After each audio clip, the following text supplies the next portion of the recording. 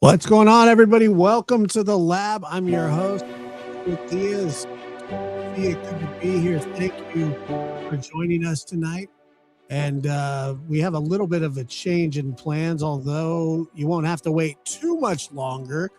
But let me introduce you to our guest. And we have also another guest that is joining us last minute. And thanks for that as well. But Dr. Gary, good to see you.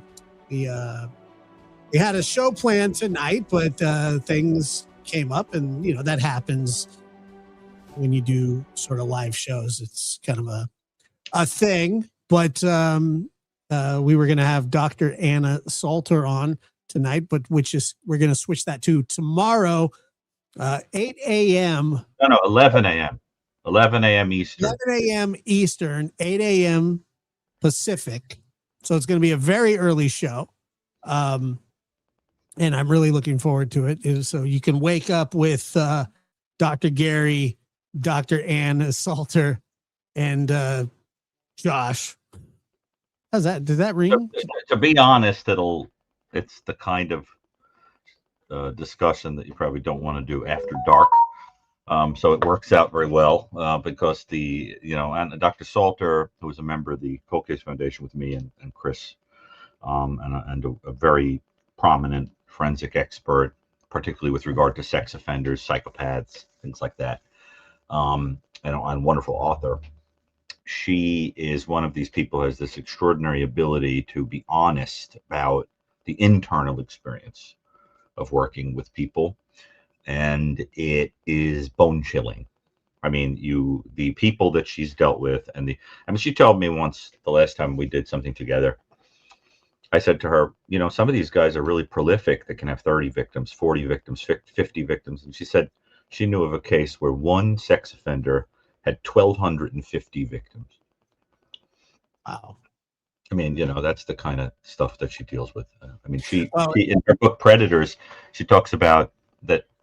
If you took the victims of just a few sex offenders, you could fill a football stadium. Well, just like a number of them. Yeah, it's really unbelievable. She's amazing, and she's going to freak everybody. You're going to hear stories that are going to freak everybody out, but fascinate them, because she has seen the worst of them. I mean, I really think if I had to pick like my top 10 favorite experts around in 2026, she always would make the list. One of the best. Yeah, she's like I've just been getting to know her work, and very excited to have her on the show and to talk to her, because she's just got one of those, the conversation, like you said, the conversation will be blunt, and it will be very technical, but it will also be and she's a very victim centric type person. What I've seen a lot of in her work is how she doesn't like to blame, or she's one of the people that took up for victim blaming very early on in her career.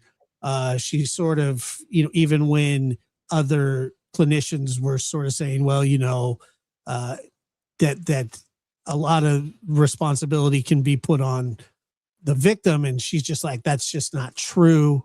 Right. And so, I really have a lot of respect for somebody like that. And Oh yeah. very, Well, I think that one of the things that I've always liked about her work, and you really hear about it a lot in this new book, Confronting Malice, which is a terrific book. Um, it's on my shelf next to Predators, which is her other real masterpiece. I think a central book.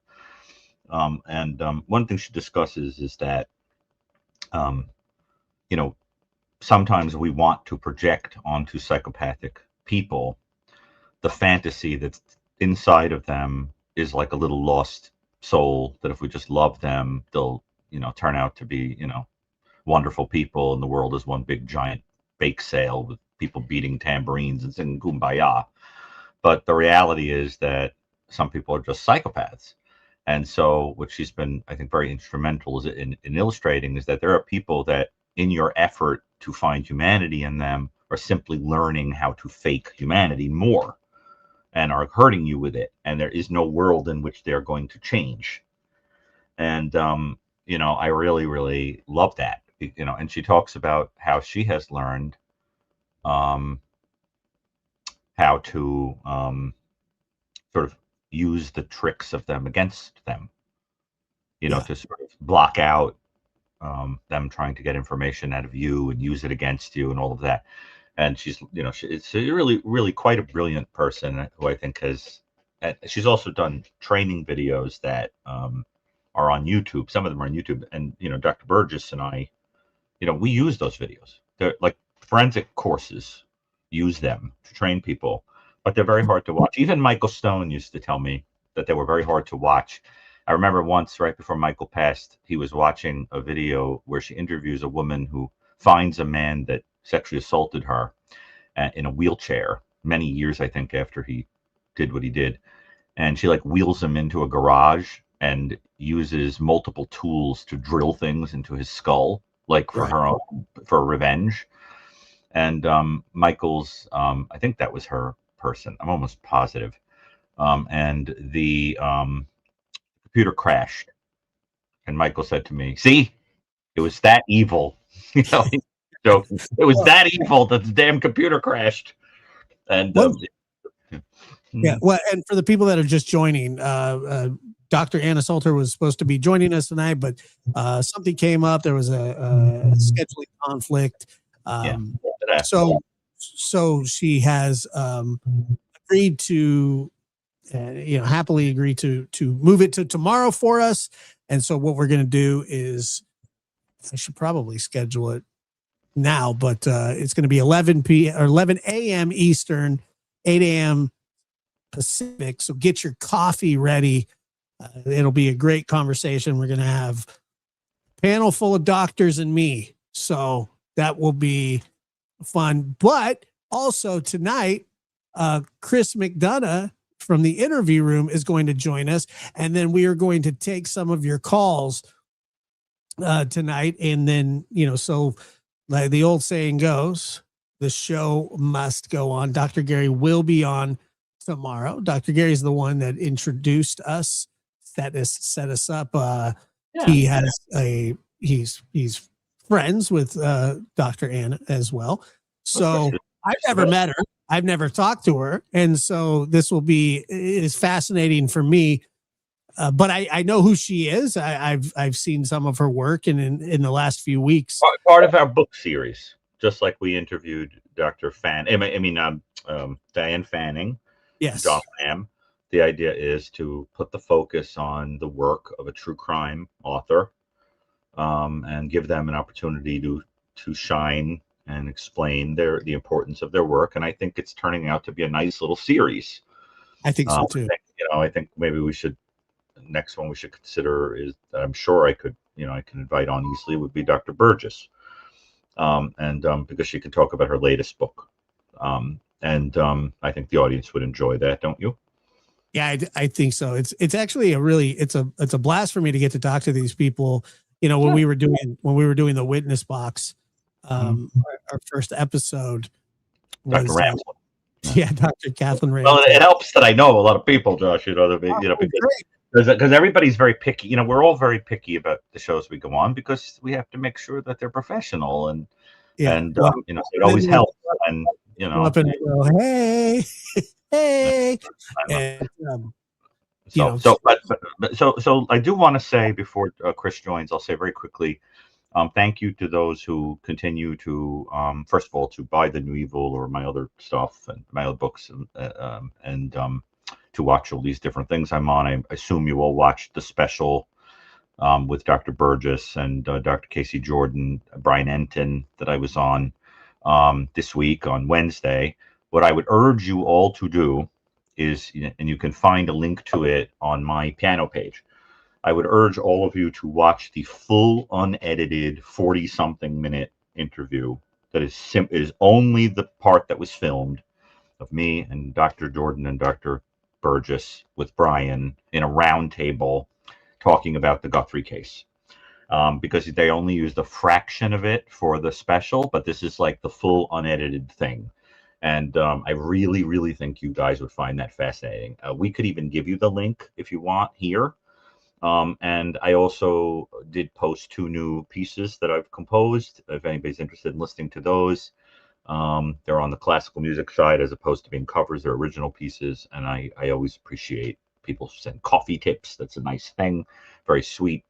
I got a couple of tips today. So if I bought coffee with all of them, I'd be, you know, running around like Sonic the Hedgehog, but I'm rolling into a ball and turning blue. So do you want the link, Josh, for the full unedited version that I think people would want to watch? Yeah, put it in the. We actually could. They won't. It's too bad we can't watch pieces of it tonight, because there's parts of it that I think are really, really interesting for people. But it's up to you. Are you allowed to show little pieces of it? Whose channel it is? I mean, it's News Nation. I could probably play some of that. Yeah. Did you see the picture of me with David Packman? Yeah, I did see that. Where'd you run into him? I saw him in Manhattan. I thought it was great. And of course, I strolled right up to him, you know, and we started talking about my mass shooting work and everything. And we agreed that, you know, maybe it would be of interest to an audience because, you know, it's a hot topic. I did see that. You know, but of course, who knows if that'll ever turn into anything. But I certainly know who he is, and there he was, right, just strolling down the street. I have had some people recognize me on the street, and it's very peculiar. Like you're just walking, and they're like, "Oh, I remember you. You're that guy from the," you know, and then it's like you get kind of caught off guard, and it's very, but fortunately, they're always nice people. I haven't like had somebody come up to the street and be angry, you know. Oh, that's the fun. Well, you know, that's life. Okay, so here is the full edited version. I'm putting it in the private chat, and Josh, you can cut and paste that. Cool. All right. So while we're waiting for Chris, let me put ask you how you're doing in the meantime. Let's see here. This is feeling a little better. It sounded like you were recovering from being ill last time. I'm feeling better. I just it's one of those stupid lingering colds. I can't stand it. But I physically I feel fine. I mean, I did 5 miles yesterday, 6 miles the day before. Running or walking? I run 2 and then walk the rest, but I start by walking and then run. Yeah. I can't run 5 miles yet, but maybe one day. Well, no, I couldn't. Oh, Chris, there he is. Right on time. We introduced the talk with Dr. Salter that moved to tomorrow, and I mentioned that she's in the foundation. She's been on your show also. And really, really wonderful person. So, how are you, Chris? Good. How are you guys? Good. Well, it turns out we're doing a call-in show unexpectedly because Dr. Salter had to move because of a conflict that arose. So here we are. We're going to probably wind up talking about Lord knows what. And we were talking a little bit about the Enton special, that there is an unedited version of the interview with me and Dr. Jordan and Dr. Burgess, which we're circulating. Did you get a chance to watch that, Chris? I did. I watched it actually late last night. Yeah, it's interesting how, for people, yourself included, for those of us who have been talking about this from the beginning, that it's really coming down to one of two things, right? It's either some abduction that went to hell for money, or it's a totally staged job with where somebody, either wanted to eliminate her or a kidnapper that knew her and had to make it look like something else. And I'll eat my hat if it doesn't come out to be one of those two things. You don't have a hat. Well, my imaginary. I'm loving my matter because I'm not going to have to eat it. I'm loving Parade Magazine called me cantankerous Chris. I'm embracing that. That's the best. 1,000%, by the way. How about that you were number 2 on the top 10 shows on Guthrie? Should have been number 1, but I got to tell you, Parade Magazine did me way better than they did you guys when they talked about me. I was much more happy with my write-up than the snarky one. How about that they called me an unlikely adorable Gary, or what? They called me an unlikely heartthrob. Yeah, my Karen said you should have been heartthrob. Oh, I said, sweetheart, that's why I married up so far. You should be. I like cantankerous Chris, but I'm not. I think I guess I can be at times. I mean, of course, but Gary, you're the doctor. I mean, what's in my head here that I feel I'm trying to figure out why I'm an unlikely heartthrob. Cantankerous, I'm one of the most optimistic. Those of you who know me, know me. So you're not cantankerous. You know what? It's going to be great merch. Going to be great. Well, you're teasing me about that thing, but I'm not going around talking about it. I think it's so silly. But Josh. But Josh, what did they say about you? They just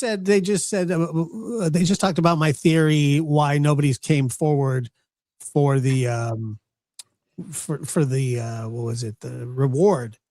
But they didn't. All they said was that they just called me true crime podcaster. Josh Diaz, not cantankerous Josh or heartthrob, unlikely heartthrob. So, well, with any consolation to you, we think you're a cantankerous heartthrob. Really? Here's the problem with this cantankerous concept. He can't. Right? You're so into this that they called you cantankerous. Yeah. Well, I'm batting 1,000.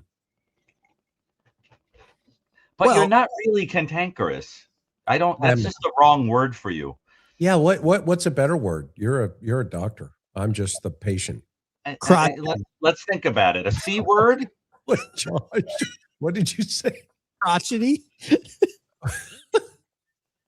I think intensity. I have an intensity about my personality. You're tenacious, like a lobster. But I don't. You grab onto something. You grab onto something, and you're very passionate about it. You won't let it go. I think you're more tenacious than cantankerous, because when you get an idea in your head, you will not, like, if you have an enemy, I feel sorry for them because you will not let them go. There's no chance. I don't have a lot of enemies. No, but there's a couple of gemstones, I'm sure. There are some gems. I have a couple of rare gems. But I don't I'm not revengeful. No, you're very kind. But I'm non-forgetful. But I don't understand where I just don't understand where it came from. That's what I don't get.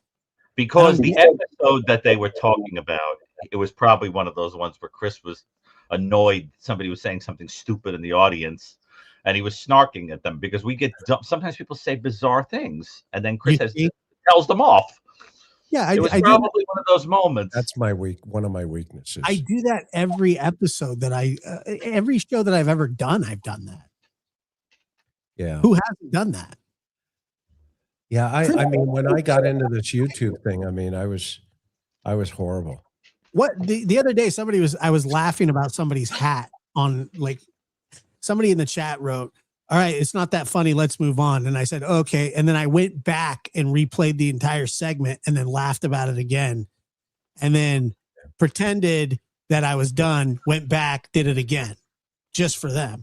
That's cantankerous. That's malicious. That's, being a jerk. I mean, that's me. I like to flip over all the rocks. I think that's the intensity that you're tenacious. you're talking about, Gary. Yeah, I mean, it's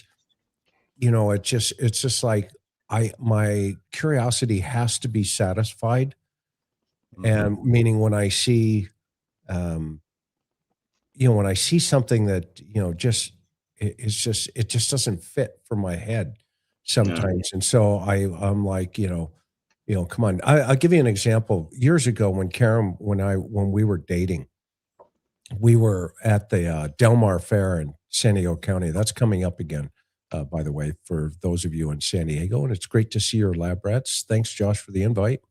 Thank you for being here. I appreciate it. No, of course, you're a dear friend. And so, anyway, long story short, we're at this hypnosis thing, where they got one of those guys and they got everybody up on the stand. And there had to be like 1,000 people in this crowd watching this show. And I'm standing next to Karen, and all of a sudden I catch this one dude in this crowd that just did not look right. And I said to Karen, I said, hang on, hon, I'll be right back. And she's like, what is this guy's malfunction? I mean, we're dating at this point, right? And I walk over, and sure enough, this guy is standing behind I think she was like 14. And, he had his problems out, okay, standing behind her. And I stood over like this, and he was facing this way. So I had a side view.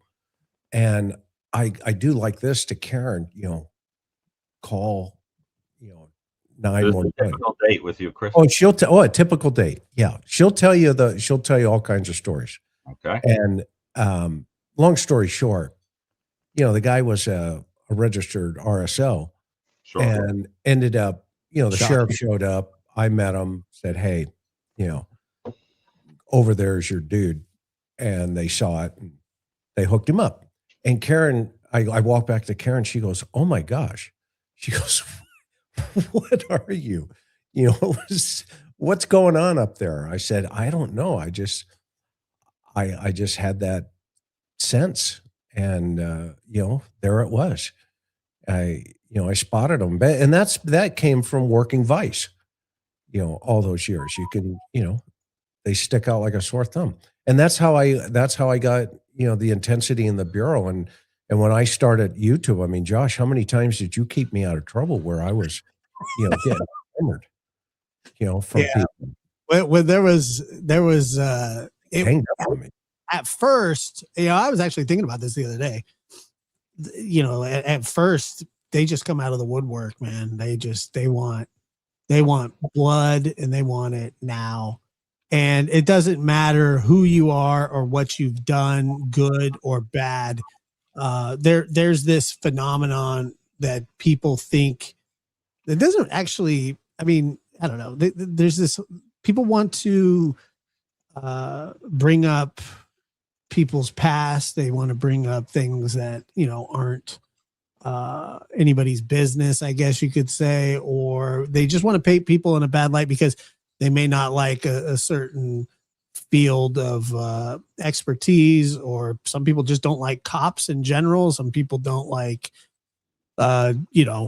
probation officers or whatever. It's just so they come after you. And, your sort of your rise in the true crime world was pretty rapid, I think too fast now, looking back. Probably. And you may, just like me, I didn't really understand it. I didn't understand why people are the way they are, but we've got it figured out now. I think we've got it dialed in. Well, what's interesting, even this morning, I heard, somebody say, those investigators that, you should ask how many kidnappings they worked. Right. And I was like, oh, okay. Yeah, that's, what I need to go check. And so I checked my case log. Mm-hmm. Here's my case log from my career. And I have 19. They're pretty rare, so that's remarkable. Yeah, most of them are hookers getting kidnapped by Johns. Yeah. But then I have 4 homicide kidnaps. And I thought, you know what? That's a really good barometer, because we've been asking in the true crime community, to bring the stats, right? I mean, I think the true crime community demands people that can walk the walk and talk the talk. Not just say, I've done this, I've done that, and I understand this, I've done that, Well, people could have been driving a go-kart marking tires at the police department, and now they're homicide investigators when they're out of the game. And I think that intensity is what drives me nuts sometimes. Because they say things and they know they're not that thing that they're saying. And those of us that have done it and are doing it and continue to do it even today, I think it's kind of problematic. Don't you think that YouTube's got to get to a place where if you're going to say you've done something, then you need to show that you've done it. Yeah, you would think that there would be some sort of vetting, vetting or verification. Like if you're going to call yourself, they have what they call lawyer tube, where lawyers talk about cases. I'm sure that not everybody's a lawyer, or not everybody's a cop, or not everybody's was a district attorney or mental. Yeah, you have that one right there, Dr. Gary, is a plague. There are so many people that are they're very nonchalant. Some of them are so weird. Some of them are so weird that talking about mental health, it's like a dentist with bad teeth. Yeah, it weirds me out. What did you say, Chris? No, I mean, yeah, exactly. To your point, I mean, how many folks are profilers nowadays? I mean, even poor Ann. I mean, Ann Burgess is a legend. She is an absolute legend. But Gary, is Ann Burgess a profiler? No, neither am I. We profile, but to be a profiler, you have to undergo the training with the FBI. Right. She's a forensic. We cannot be. I think you have to be in the bureau. Yes. Right. To undergo. We cannot. And she's a forensic nurse, and she will tell you behind the scenes, why do they keep calling me a profiler? Right. The Ann's role with the serial killer study, the mind hunters, right? And this is very important, is that when it started and you had, John Douglas and Ressler, it was Robert Ressler. Right. They were going in and talking to these guys and doing these kind of freewheeling interviews where there was no science to it at all, right? Just collecting information. And what she did was developed with them a way to systematically ask questions and analyze the data. Correct. So as a result of her work, and also the other thing to put it into context is that she was doing work with Linda Holstrom in Boston, I think Boston General, and where they were doing some very, very important work where they were actually interviewing victims of sexual assault, some of them even male, and learning about the psychology of not only the experience of it, but the people who were doing it. Right. And when there was an explosion of serial sexual homicide and sexual violence in the 70s, exactly what Michael Stone and I write about in The New Evil, right? That there was this explosion. Everybody thinks this has been going on since day one in history. It exploded.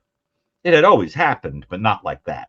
For cultural reasons, the Bureau decided they needed some experts to come in, and they bring in and to sort of tell them about what she's learning about sexual assault, and they wind up putting together this study. And she's a legend. And she's a legend for doing that. And all of her subsequent work and her wonderful books.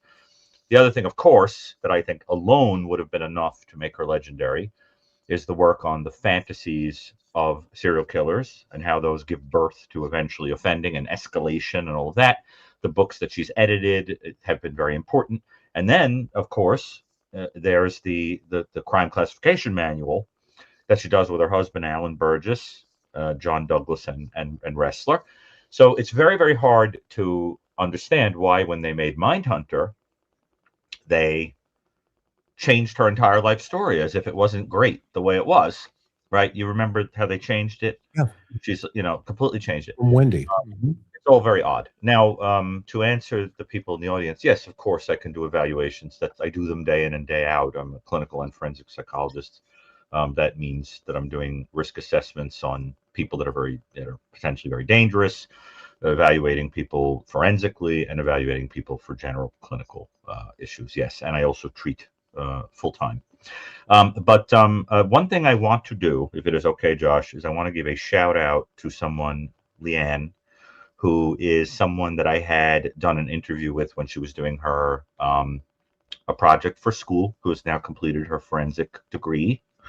And she wrote me during the show to say I finished my degree. So congratulations to Leanne. She's a wonderful future ahead of her. She's a really very bright young woman. Before I drift off, Gary, before we drift off, the only reason I mention that is it's almost, I feel sorry for Anne because they don't credit her for the truth more than just being a profiler. I mean, she is a legend, and she deserves to be recognized in that arena, not just to, lump her into, a bunch of guys sitting around a table. And, I mean, she designed a lot of the protocols and organized the data and et cetera. I mean, that's more than just somebody sitting around looking at pictures and saying, okay, well, I think, here's, he's going to be a 20-year-old white male, unemployed, yada, yada. Well, I feel the same way, Chris. That I feel, when people call me a profiler, I feel sort of weirdly pigeonholed. Right. I mean, you have to understand. I mean, I was, the assistant director of a clinic, right, at Columbia Medical Center. I've seen thousands of people, evaluated people, helped to develop, the features of a diagnosis, co-created the Columbia Mass Murder Database, wrote books, one of which is used as a textbook, and then, so it's like, it's like when you have bona fides in academia, it's very strange to be conceptualized as a profiler. It's too limited in terms of what you really do. I think that Ann and I are both people who would prefer to be called academics. We do, actual work, but but ultimately we contribute to academia. What I did last night, I profiled the hell out of a lettuce wrap hamburger from In-N-Out. Oh, it was a double. Oh, double. I thought you don't eat that way anymore, Josh. Grilled onions. I got the lettuce wrap. Dude, you're not going to believe this. Less than a half mile from my house, they're building an In-N-Out burger. Dude, and they're so fresh. It was so good. I was sitting there looking at it like I was staring into the face of God. I was just like, look at this. Animal staring into the face of God. Like a creation of God, because like I love hamburgers, but I don't eat hamburgers really because I just, I haven't. But once I discovered the lettuce wrap, I mean, it is all over. How did our thoughts go from the dignity? Well, and let's wrap up with Ann, because my only critique of the show was they had a criminalist kind of bouncing off Dr. Burgess and yourself. And I was like, I mean, she's a doctor too. Don't misunderstand where I was coming from, where I'm going to be going here. Cantankerous Chris, switch on. Go, gadget boots. Anne is so the Gong Show to take us off, and so nice, but I think she didn't get the value proposition for being there to really lay into what she's capable of saying and thinking. I think there was kind of more dominance taking place on one side of the coin, and quite frankly, you had to. Just my opinion, I got to get the hat. That you had to kind of redesign or redial it back. I'm trying to be very, very diplomatic here. Okay. Well, I'm very after many years of interviewing people, I have learned to always try to find the middle ground Yeah, between of what course. people are saying, and to then sort of regroup into like the point, right? So my whole thing was to kind of go like, all right, now we're down to two possibilities, this one and this one. So it Right. sort of grouped it back. There were some things that were said there that I patently don't agree with. And that is why when you see them pointed to in the press, they sort of leave my name out. One thing I don't agree with, it's just an idea that was presented there. Dr. Jordan suggested that it was possible that the offender might have tried to resuscitate Nancy Guthrie. I don't think that happened. But it's What was an that? interesting idea. Huh? What happened? Say that again. Yeah, one of the ideas that Dr. Jordan suggested was that maybe the offender had tried to resuscitate Oh, Nancy because of the possibility that she had unexpectedly passed. It's an interesting idea. I don't. We're so in the dark about this that I don't want to. I don't say anything negative about anybody else's theories, no. but that was an idea. And the other thing that I don't agree with is I don't really think that Porch Guy is dead. And that has become a very hot topic in the press because it was suggested in that program. I do not think that. It's certainly possible, but I just don't think so.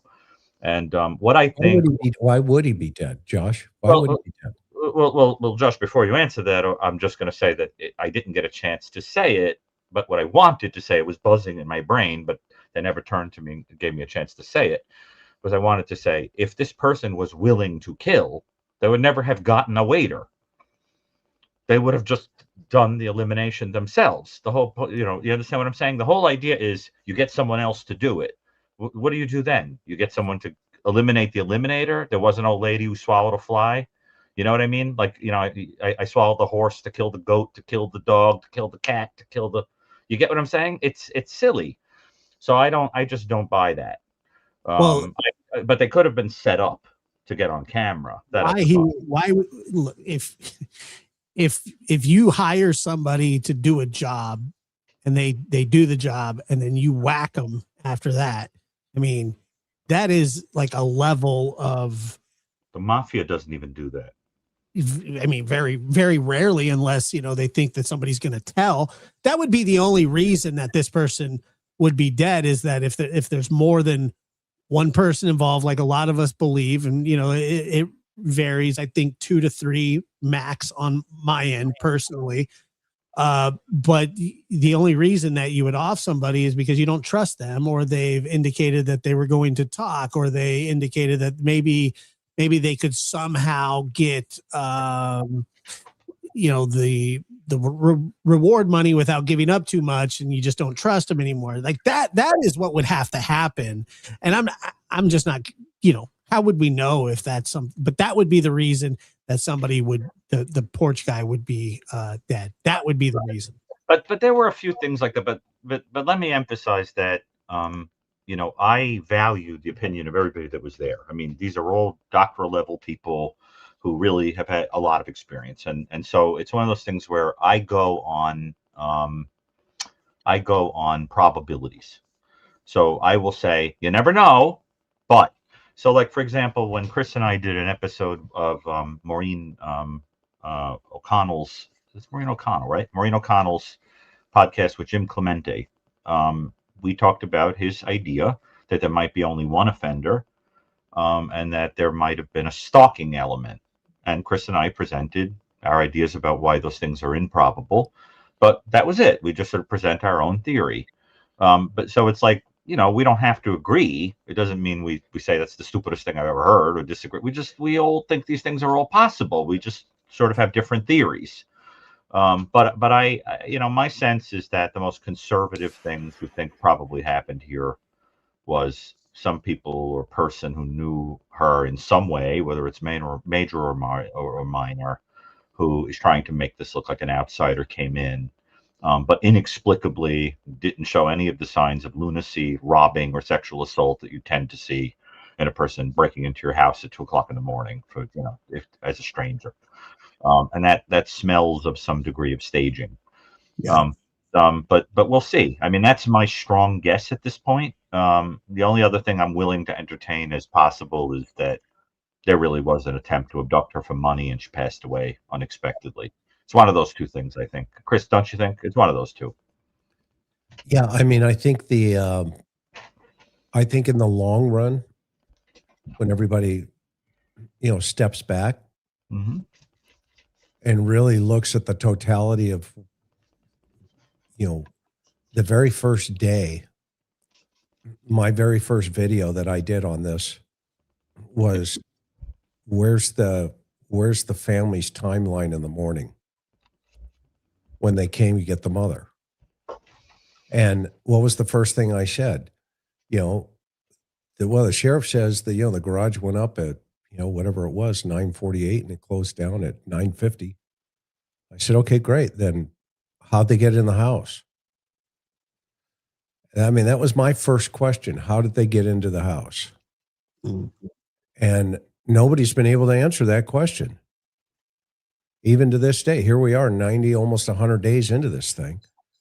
And now you hear, on Brian Enton, you hear Aaron Cross, the sergeant, come out and go, oh, well, yeah, there's a couple hours and the family had been in there moving, stomping on things, et cetera. And I'm like, well, there you go. We're starting to hear some things. Put your seatbelts on. And again, we just go, I just go back to the fundamentals of this case file. This is my case file. I mean, every one of these is a victim in here. Okay. There's a lot of victims in here. Okay. Every one of these sheets of paper has a name and a suspect. Every single one of them. Here they are. Here they are. I'll just flip through it for a second. Okay. These are all victims of crimes, and every one of these are my cases. Okay. There's well over 5,000 cases in here. Okay. Now 300 of them are homicides. And so I say to myself, this is not like something that we just all fell off of a turnip truck. And 500 of them are death investigations. 300 of them turned into homicides. Well, yeah. Well, yes, exactly. I mean, I don't count the naturals or the suicides and that kind of stuff. The thing was that you didn't know that they were at first. Well, some of them are pretty obvious. Yeah. I mean, they're right. Yeah, but they're hanging around. They're death investigations. Yeah, they're death investigations. And they're also, inclusive, obviously, of the Cold Case Foundation. I got 4 cases right now with the Cold Case Foundation. So, I mean, it's not like I'm not doing this and we're not doing this, Gary and others, on a daily basis. This is what we do. Unfortunately, that's all I know. Okay. I can play the guitar. I have a sweet wife. I'm a really good dad. I got wonderful kids. I love God. You're I hope he still loves me, which I know he does. Okay. I try to do the right thing. But, when you just slow things down and then you start using critical thinking skills and logic, I was fortunate enough that we didn't have all the buzzer, the buzzwords and the things, DNA and drones and all this other stuff. Okay. We didn't have any of that stuff.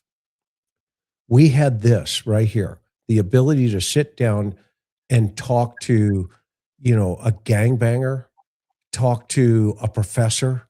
I arrested, I think I told you guys, I've said it 100 times, the math teacher from UCSD. And after he confessed to me what he did, he asked me, he says, how did you know? And, and my answer was a classic because, in the office, they were like, dude, that was classic. As I said to him, I said, well, I did the math. That was my answer. He was a math professor at UCSD.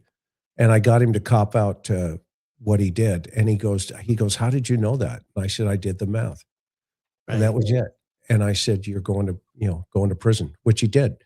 But all those kind of things, it teaches you something new about the human existence, not to the point where Gary, examines and, dissects and all that stuff. I don't have that gift.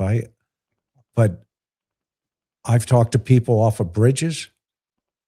That's why they put me as a hostage negotiator as a secondary responsibility for 11 years.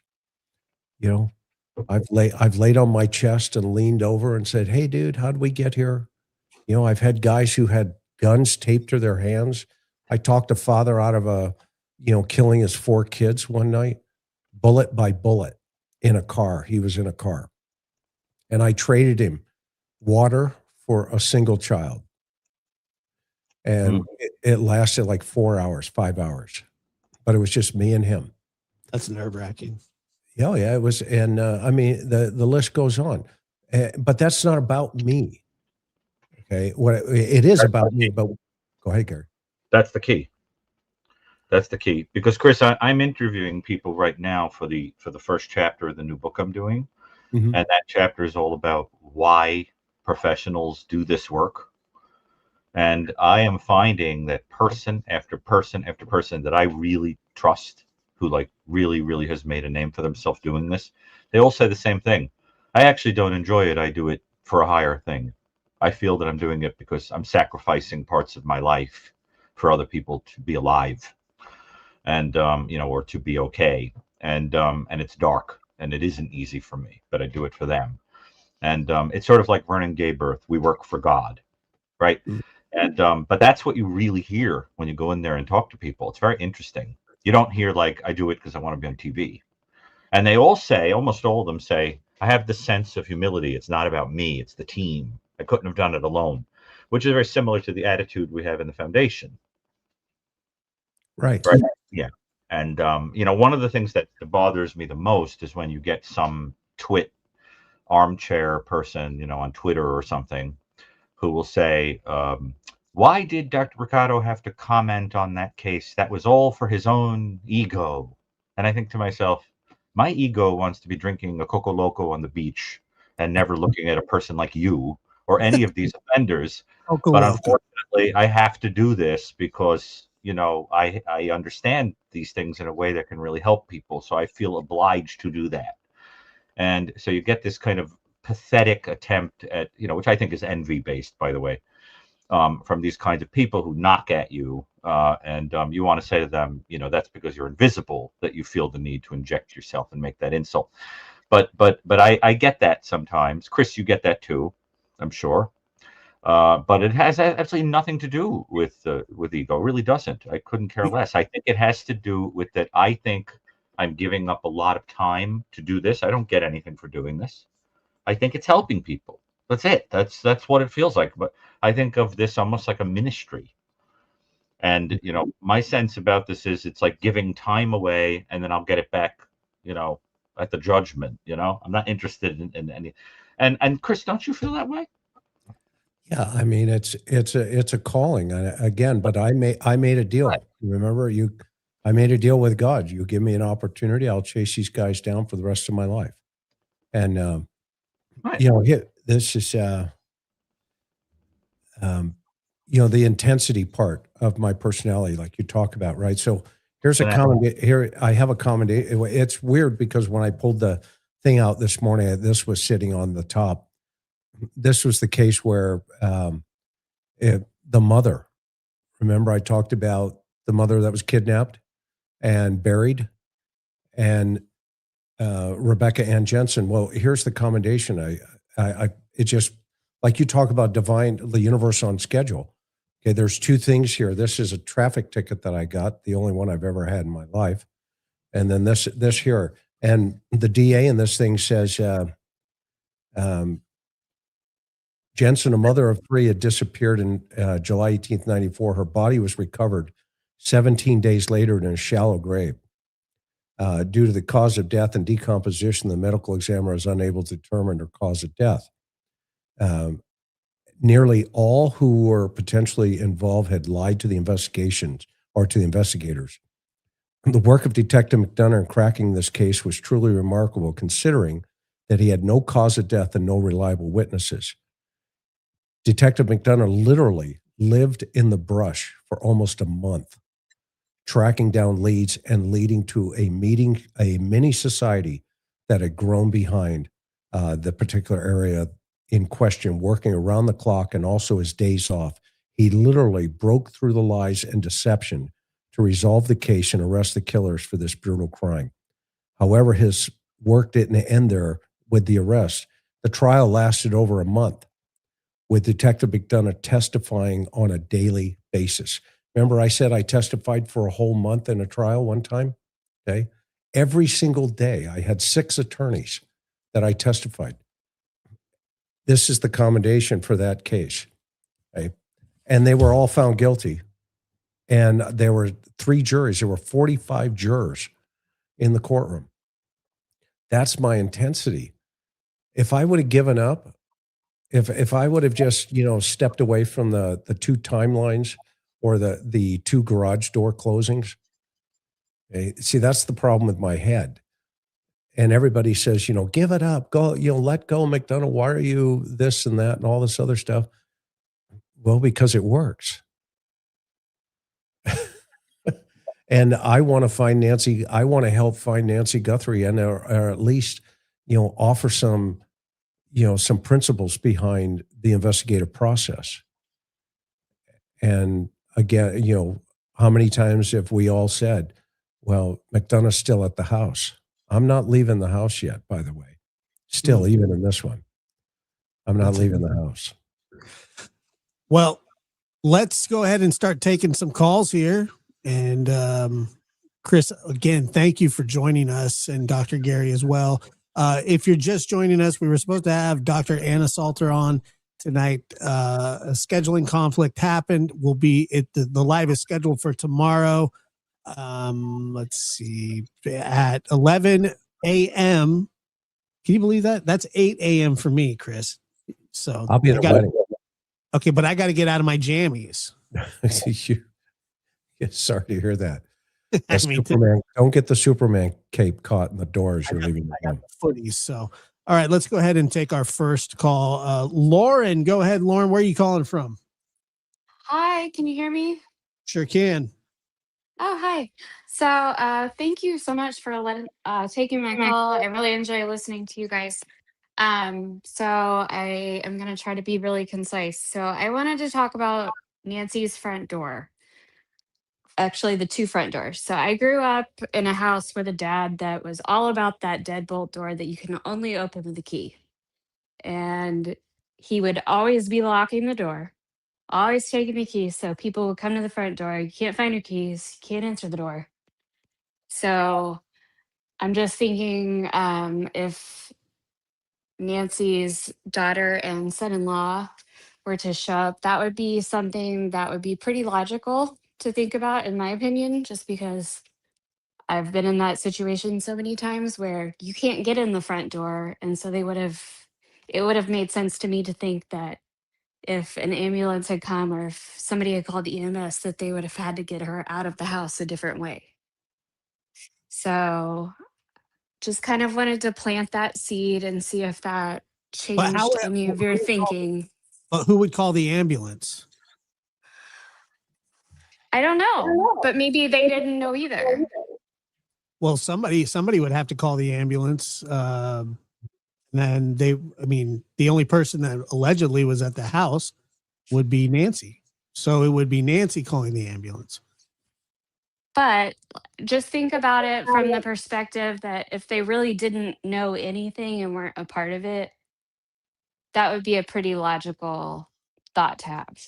Okay, can you share your thought one more time? I think it's an interesting thought. It's the fact that the front doors. So if both of those doors had deadbolts on them that required a key to open, it wouldn't matter if you broke the windows out or anything. You wouldn't be able to turn a lock and get in those doors no matter what you did if you didn't have a key. Okay, so if it's got a key mechanism on both sides, that's what you're saying. Right. Okay, so if they came to the house frequently and our family, they would know, kind of the way I grew up, you're not going to be able to go in the front door unless you have a key. So Okay. like they probably didn't even use the front door. I bet people never used the front door. Okay, fair enough. Do you think they left the house and went around to the front? I think that the video of the guy on the porch, I think he looks angry because he can't get in the front door. Like somebody decided they didn't want to cooperate with him Okay, but and let's give go him a back to the way to family get for a minute. into the front door. Yeah, no, I love your thought process. I understand where you're going here, but what about when the family gets there in the morning to look for mom? So if they're not involved and they are truly just showing up out of concern and they walk in and they know they can't even get through the front door because they don't have the key either. Okay, do they And see they what? see the back and they walk around and see that the back doors are propped open. I think it's very logical to assume whoever was here, whatever happened, whoever called EMS, they couldn't get to her by going through the front door. They would have had to go in to get her out a different way Okay, so how do they go in your through the mind? back doors. That's why the back doors would have been open. Okay, so the back doors, they You see find what them. I mean? No, I'm tracking you, and I love this conversation. So the back doors are propped open, Hmm. and does that raise a red flag for you in any way, shape, or form if you were the family? That's if I was the family and I had nothing to do with why she wasn't there and why she was gone, that would be a very logical, like, first, like, when you see what's going on, that would be one of the first thoughts I would have would be, why are the back doors open? What if something happened to her and she Okay, had to use her phone to call 911 and they couldn't get to her through the front door? And okay, so this is why these back doors are propped open. okay. So you go in and you start looking for mom. Do you go out the front door? I don't have the key, so I can't. Okay. Do you go around to the porch, to the front, looking for mom, or you just stay in the back wall? I would imagine they probably didn't go to the front door because nobody ever goes to the front door. Why can't Okay. you go out the front door? Sorry? Why couldn't you go out the front door if you came in through the back?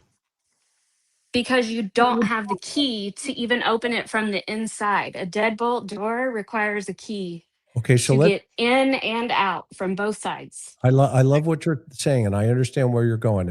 And so let's keep going down that path, to explore this a little bit more. So Hmm. you can't go out the front. It's locked because there's a key mechanism on both sides. I get it. Right. We Hmm. understand that piece. But at some point, you're looking for your mom. Hmm. What actions do you take to go in? I'm sure you check the garage, right?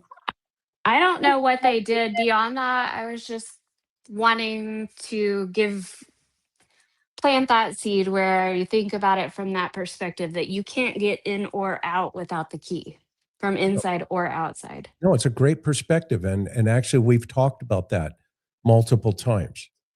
Okay. And because, on her back door as well, because she's got a door going into the kitchen and she's got some type of screen lock mechanism, like not as robust as the front door, right? But the one Hmm. that's, propped open.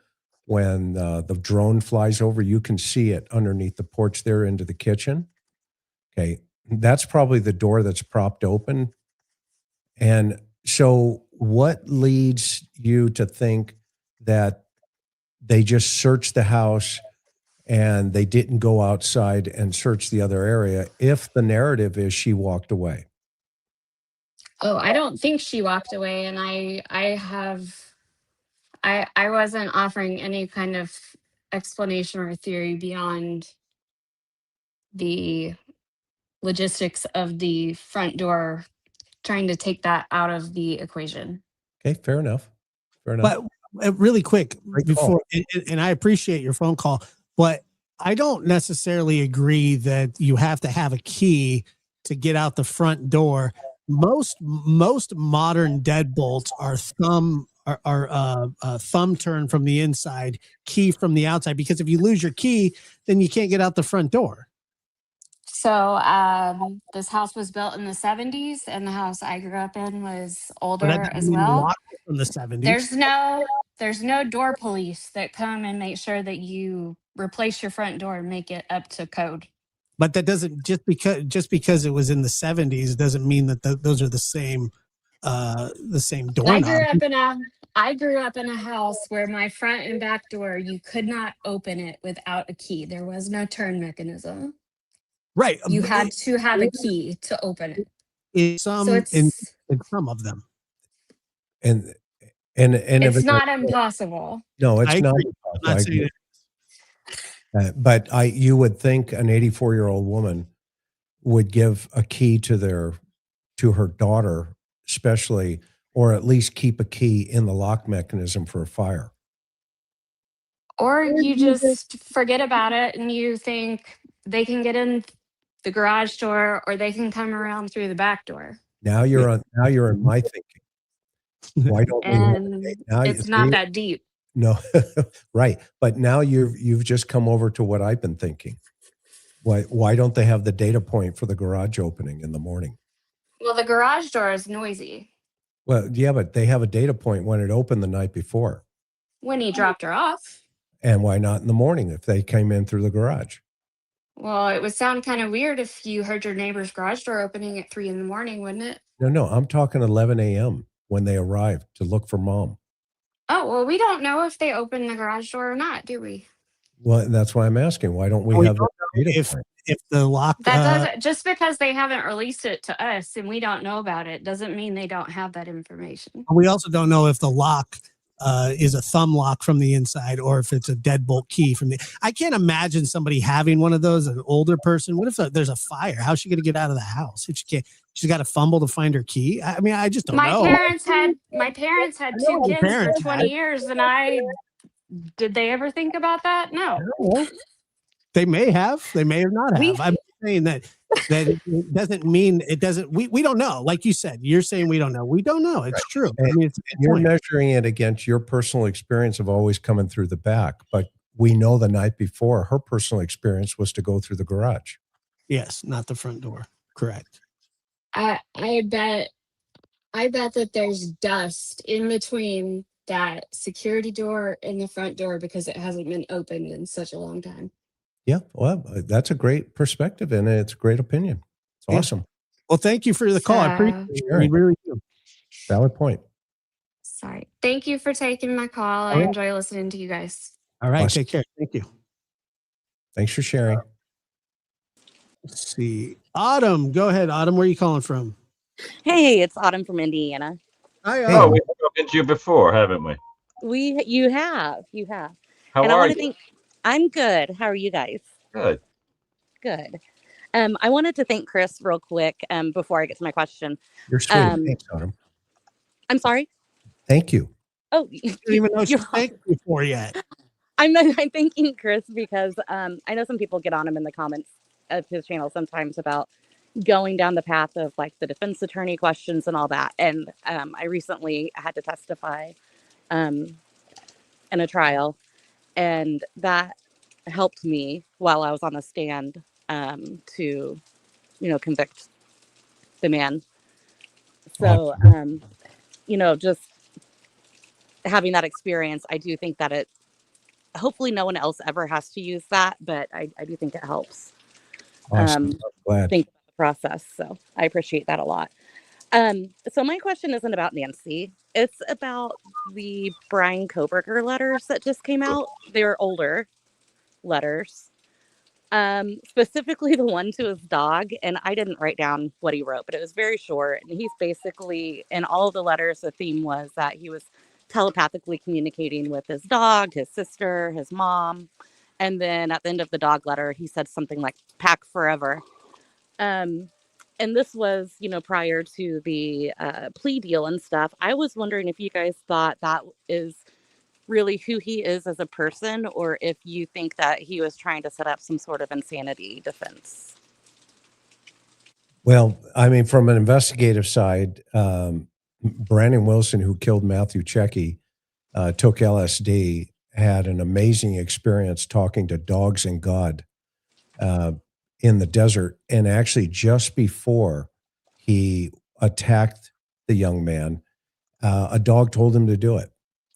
Wow. And he was evaluated by 6 guys like Gary, including Dr. Park Dietz, and 3 from the prosecution said, nope, he's not nuts. And the 3 from the defense says, yeah, he's nuttier than a fruitcake. He's talking to dogs. Dr. Gary, thoughts? Well, I mean, you get people like the son of Sam who said that he did what he did because of a dog. Right. But it's impossible to say. But the thing is, we would expect to see a history of behavior that was suggestive of descent into some kind of disorder. There are also some people who have a character structure that can be prone to things that are a little bizarre. For example, a person could have what's called cluster A personality traits, where you could be a little paranoid, a little detached, what we call schizoid, mechanical, exactly the way I described him, actually, before there was even a suspect. And people like that can sometimes have strange quasi-psychotic qualities to them, like what we saw in the letter, the online postings about the feeling dissociated and the pixelation and the looking in the mirror and seeing the disintegration of the self and the people are meat and all that. All of that can kind of soup together with peculiar ideas like that. But without knowing if it's something that you're completely convinced of, where you'd have delusional belief about it, it's impossible to know if that's just some kind of magical idea, like a person who believes in crystals or tarot or something like that, right? So the idea is that we don't know the degree to which that was something he literally believed with fixation. It is also interesting that no one mentioned it at the time of defense. Because remember, they called him autistic and everything else. I mean, if you had somebody walking around believing they could talk to dogs, they would have been a really juicy defense to use there, right? The way I find most, but I can't question it because I'm not the one who talked to him. I don't know what it means, but I will tell you that I am fascinated about this thing you're talking about. And to the audience, saying, does he have schizoaffective disorder? No, there's no indication of him having a schizophrenic disorder that's been diagnosed. He was assessed, and they said that he had autism. So no, that he was not diagnosed with any kind of schizophrenia. Certainly not schizoaffective disorder. At least if we trust that evaluation is accurate. And why would you not? Why would you not go with that if you have that? It's great for the painting the picture. But what I find fascinating was that I had said way back on the interview room a long time ago, before the guy was even arrested, was that the person who did this might like dogs better than people. Yes, I was going to say that. Better than people, because we were interested in the question of why Murphy was not killed. And I said, well, I bet this is the kind of person who likes the predictability of the relationship with animals, because people are not predictable. You can't render them a science, right? And that's turning out to hold some water. And it's one of those weird little things that I just sort of said as a throwaway comment. But I think it's probably going to wind up being true, because I think that's his whole thing. He was trying to reduce relationships to a science. That's very common in stalkers, by the way, that kind of behavior. Or people who develop obsessional fixations on a person and study them, like a star in the park, right? Study them and want to understand them, but never touch them, right? We all know people with that kind of style, right? You go on the camping trip, and instead of looking at nature, the kid is in the cabin reading Thoreau. You mean that? And you're like, why don't you actually do it instead of reading? Is that a throwback memory? Right, like, why don't you go do it instead of learning about it? But there are people like that. Right, but anyway, what were you going to say, Josh? You were trying to inject something there, and I don't remember. I just remember. Honestly, like, people talk. I mean, like, communicating with a dog or talking to a dog. I mean, telepathically communicating is a pretty magical idea, but you'd have to know. Like, for example, I did the whole point of what I did at Columbia, where I was the assistant director. The whole point of it was learning how to predict when people are developing psychotic disorders. and using instruments, to try to tease apart when people just have soft ideas like that and when they have full-blown psychotic disorders. And the thing is, it's very there's a whole, like I spent like a decade talking to people who have ideas like that. The key is to say, how convinced are you of that? Because you could have an idea like that without being fully certain. It's just an impression you have, something that you ponder, you wonder about it. It's a very different thing for a person to say, I am 100% sure that I am receiving messages from a dog telepathically. Then you have to wonder, are they hallucinating? Do they have a magical belief about the dog that's become a delusion? You see what I'm saying? So it's a very big difference. If you went out into the general population, let's say you went to a bookstore and you stood in the occult section of a bookstore, or you could stop a person and say, oh, you're reading a book about dream interpretation. Do you believe dreams have magical meanings? You might get people who say, yeah, I really do. You'd have to say, well, why? They might say, well, didn't it happen to Joseph in the Bible? Could happen to me, right? Like, it happened to Pharaoh, right? Happened to Saint Joseph, the father of Jesus. Can it happen to me? That's very different than a person who says, I'm getting dreams that are predicting the future, and I'm 100% sure I'm going to wipe my bank account out because I had a dream that I was going to become rich with this lotto, So it's like you have to figure out the degree of conviction. So I don't know how certain he was of that idea. So Right. for me, and if he was certain of such a thing, you can bet it would have been used in the defense. That's true. And I just thought of a follow-on question real quick. Sure. The whole pack forever thing just made me think of possibly he might have been jealous of them too, because they were like a pack of a family. They were very close knit, and maybe he, he's never experienced that. He can't relate, and I don't know if maybe that possibly played a role. I mean, let's just say he's a strange guy. He really is, and nothing really shocks me. So he's more of a loser, but right, a strange loser. But Autumn, thank you so much for your call. I appreciate it. Thanks, Autumn. Night, guys. Thank you. All right, thanks. Bye. He's only killed 4 people. What's strange about that? I mean, he's a loser. He's nuts. He's that too. All right, let's see. By the way, Dr. Gary, do you talk to plants at all? Josh, no. No, I mean, because they what are you laughing about? They're living creatures, aren't they? No, you're talking about that whole theory that when you speak music for them and stuff. Yeah, right. That the breath can actually like help them grow. Yes. The whole theory about that. No, I don't. Okay. I talk to some people that have the intelligence of plants in the general population, but that there are some people like that. You speak to them and you think, "Dear Lord, how deep does your root structure go?" If you're just going to call him out, why don't you just do it? Joey H, go ahead. Joey's never met Chris, has he? I've met Chris. But tonight he's not Chris. Tonight I'm calling to talk to the cop. Go. I want to talk to the cop, but I want to ask the cop a question. Officer Mcdonough. Yes, sir. AKA the Vault, otherwise known as the Vault. The Vault. With his outfit on, his Serpico costume tonight. He's got the San Diego hat. But go ahead. My question, first of all, the reason I want to ask you a question is because of my deep respect for your value system and your innate sense of ethics, and I mean that. That's why I want to ask you this question. Yeah. And I want you to, maybe when you answer the question, maybe you can share some kind of story of when you were an officer in the field, and so here's the deal. My question goes to this, and it's about the story we just talked about, the Koberger investigation. So when they first found the DNA, the sheath, the first investigators submitted that sheath to CODIS. They found nothing. After CODIS, they went. Thankfully, they had I think one of the officers had a relationship or knew about Othram. They sent it to Othram, the private lab. They could only go so far because it was a private lab. Then what the FBI had to do, and this is where I'm going with this, Chris, is the FBI did something where naughty. The FBI, and thankfully naughty. Thankfully, I'm very grateful that they did. And that goes back to the ethics. I'm going to go why I'm asking you this, because you're an ethical guy. The FBI violated the terms of service to the genetic genealogy services for a lot of families who have the opportunity to opt out, the opt out option.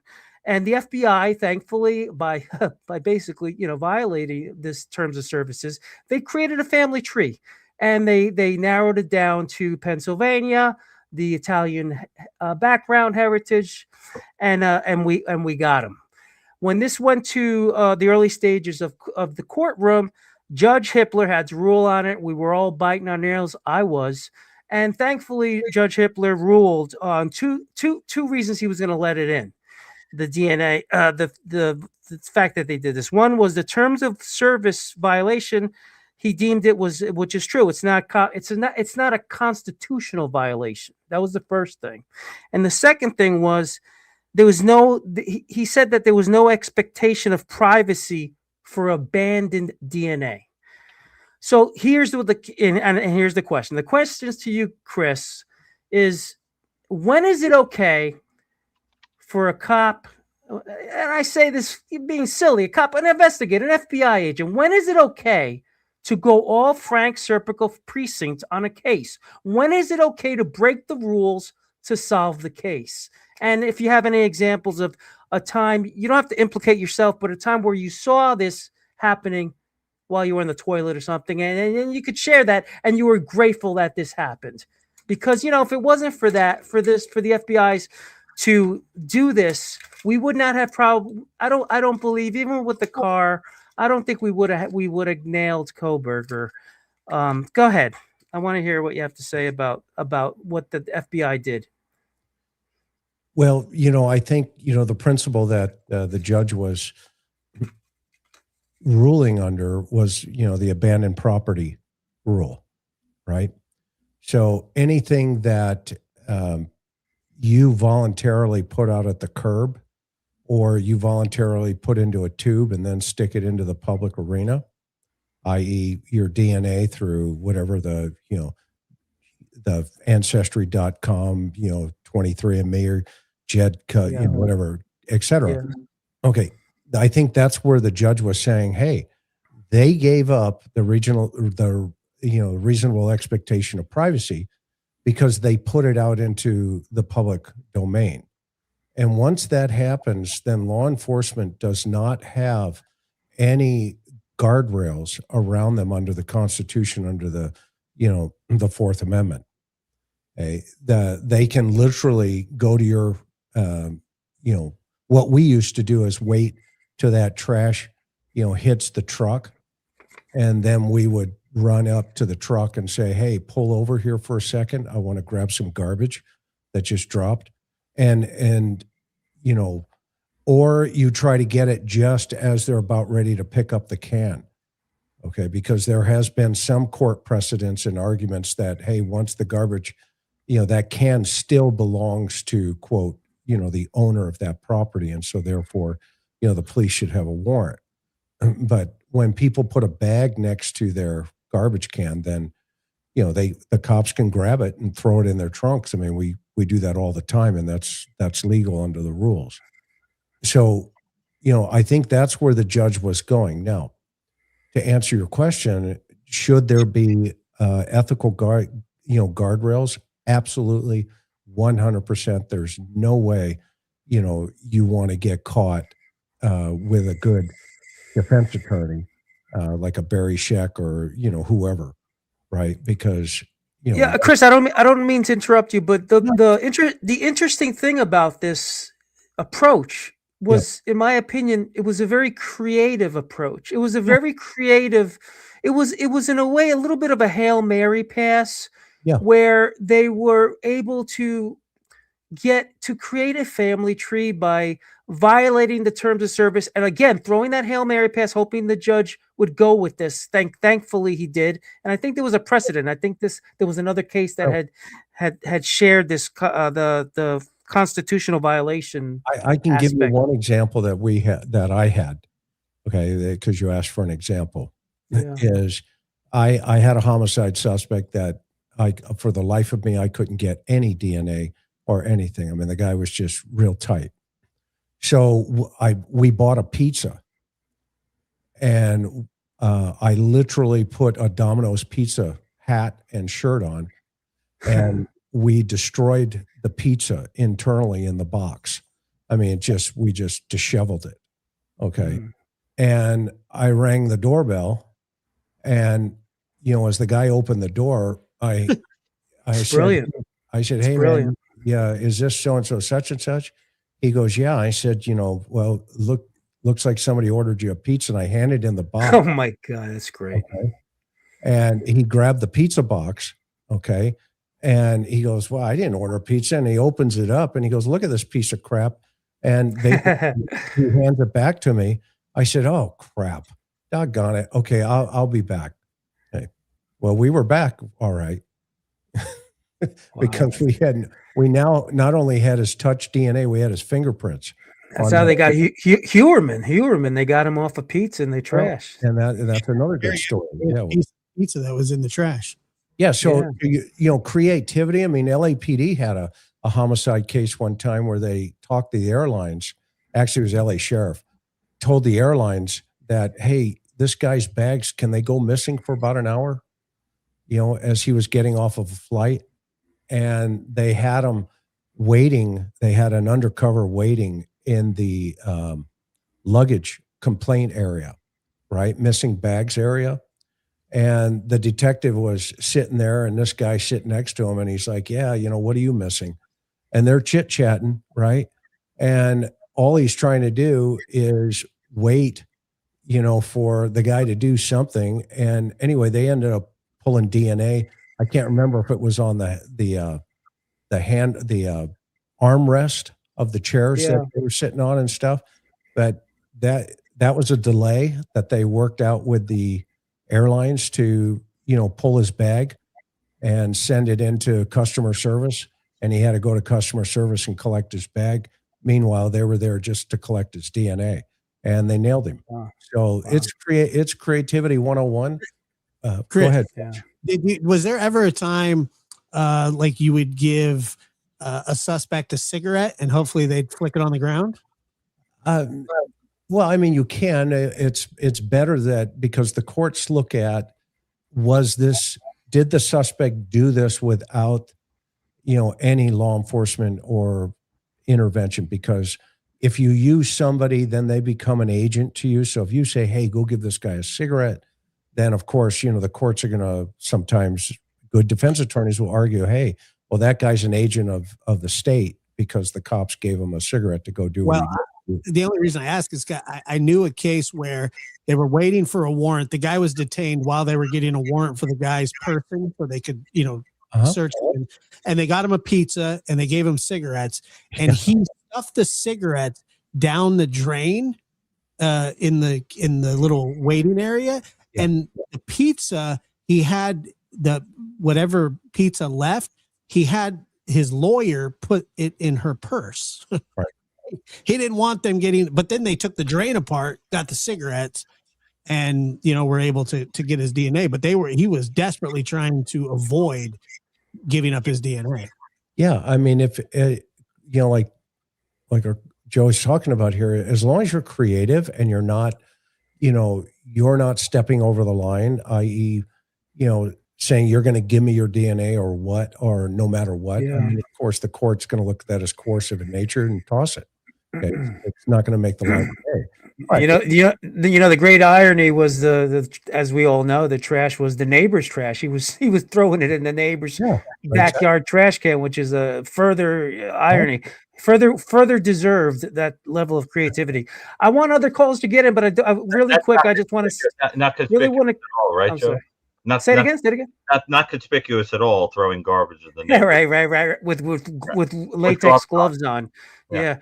Chris, I want to say you're very inspiring because here you are. I jokingly call you a cop, but you are a cop. You're retired and you still do your work by having your podcast, and it's very, very inspiring because it's proof that you're never really retired. You'll always be doing this kind of work. And I'll leave with that. I always recommend a movie. I want to recommend, since Chris is on the show, a TV movie 1985 called Deadly Justice with Richard Crenna. He got an Emmy for it. He plays this is not you, Chris, but these are cops you've worked with. He plays a bigoted, sexist cop who doesn't believe any of these SA assaulted women, and he ends up himself being SA'd, and then he becomes an advocate for women. And it's a really powerful movie. What is the alternative title for that movie? Because I know the Grape of Richard Beck. Yes, very good that you picked up on. Very good that you know that. To just real fast, another war story to that situation. So when you know, as you, and thank you so much for your kindness. Thank you. No, it's not kindness. Thank you for your work. What you do as well. So, you know, but here's the thought. So when I was working Vice, right, a lot of times nobody would believe, you know, the girls on the street. Yeah. And if they only understood, you know, how they get there and all the other stuff, right? Is I'm sure we all know. Okay. But long story short, we had one gal, her name was Frederica Goldstein. Okay. Her street name was Freddie. Long story short, she gets this guy that was choking her, and she jumps out of the ride, and the patrol guys get there and say, hey, you know, this is what happened. And they're like, well, you know, that's part of the job. We're sorry, you know, yada, yada, yada. So they get hold of me, and I show up, and I said, hey, Freddie, what happened? And I listened to her story. It turns out to be Ronald Porter, the serial killer who we thought was responsible for 43 homicides. Jeez. Wow. So to your point, right? And you were working on Vice, and there's a movie called Vice Squad that kind of has that kind of storyline. That's crazy. Interesting. Okay. Yeah. Well, what do you do? May I ask tell me about I can't tell you what I do until I retire and I'm on a show like you. Then I could tell you. You guys have a good night. I love you. Thank you for doing a show, Josh. Bye-bye. Aloha. That was a good dodge. He's great. Yeah, Joey's a regular caller. We love when he calls because he always has great questions. Smart dude. Very smart. For those of you coming in, yes, Anna Salter tomorrow, 8 a.m. Pacific, 11 a.m. Eastern. I got to get out of my jammies for that, comb my hair, brush my teeth. It'll be early Saturday. It's going to be, I'm looking forward to it, Dr. Gary. I really am, but I don't know if I've been up at 8 a.m. on a Saturday since I was like 6. I'm often up at that time, but it's because I haven't gone to bed. I'm That's up working. Do you ever sleep working through the night? I'm like a night hawk, you know, night owl. That is a different story. Let's you know, it's correlated with IQ. If you're a night owl, be complimented by it. Really? There's a relationship between IQ and staying up all night working. Interesting. All right. Vicky, go ahead. Vicky, you're on the air. Where are you calling from? Hey guys, I'm in South Mississippi and I cannot believe I'm calling in, but I am. I love each and every one of you. You're wonderful. Thank you. Josh, you look great. And Dr. Gary, you're my therapy during hectic days. I listen to your channel, your piano, and it Thank you. just brings peace. So that's cool. And Chris, I mean, you just blow my mind. So y'all blow my mind. So anyway, you all are wonderful, and I really appreciate the work you're doing, even though Chris, you're retired, and I could go on and on. But what I was calling about, I was wondering if you've seen the last couple episodes that Monks put out. I haven't seen the newest one. No. With the tire tread. Oh yeah. And the hand truck possibility. Yeah, that I've always thought, for some reason, you know, I've always thought at first when they we had the crime scene photos, and we just saw the blood on the doorsteps and stuff. And I always thought Nancy had to go out that door. She had to go out the front. And it just blew my mind when he put that all together. Your little hint about, I think you had mentioned something about maybe her cane, the foot of her cane slipped.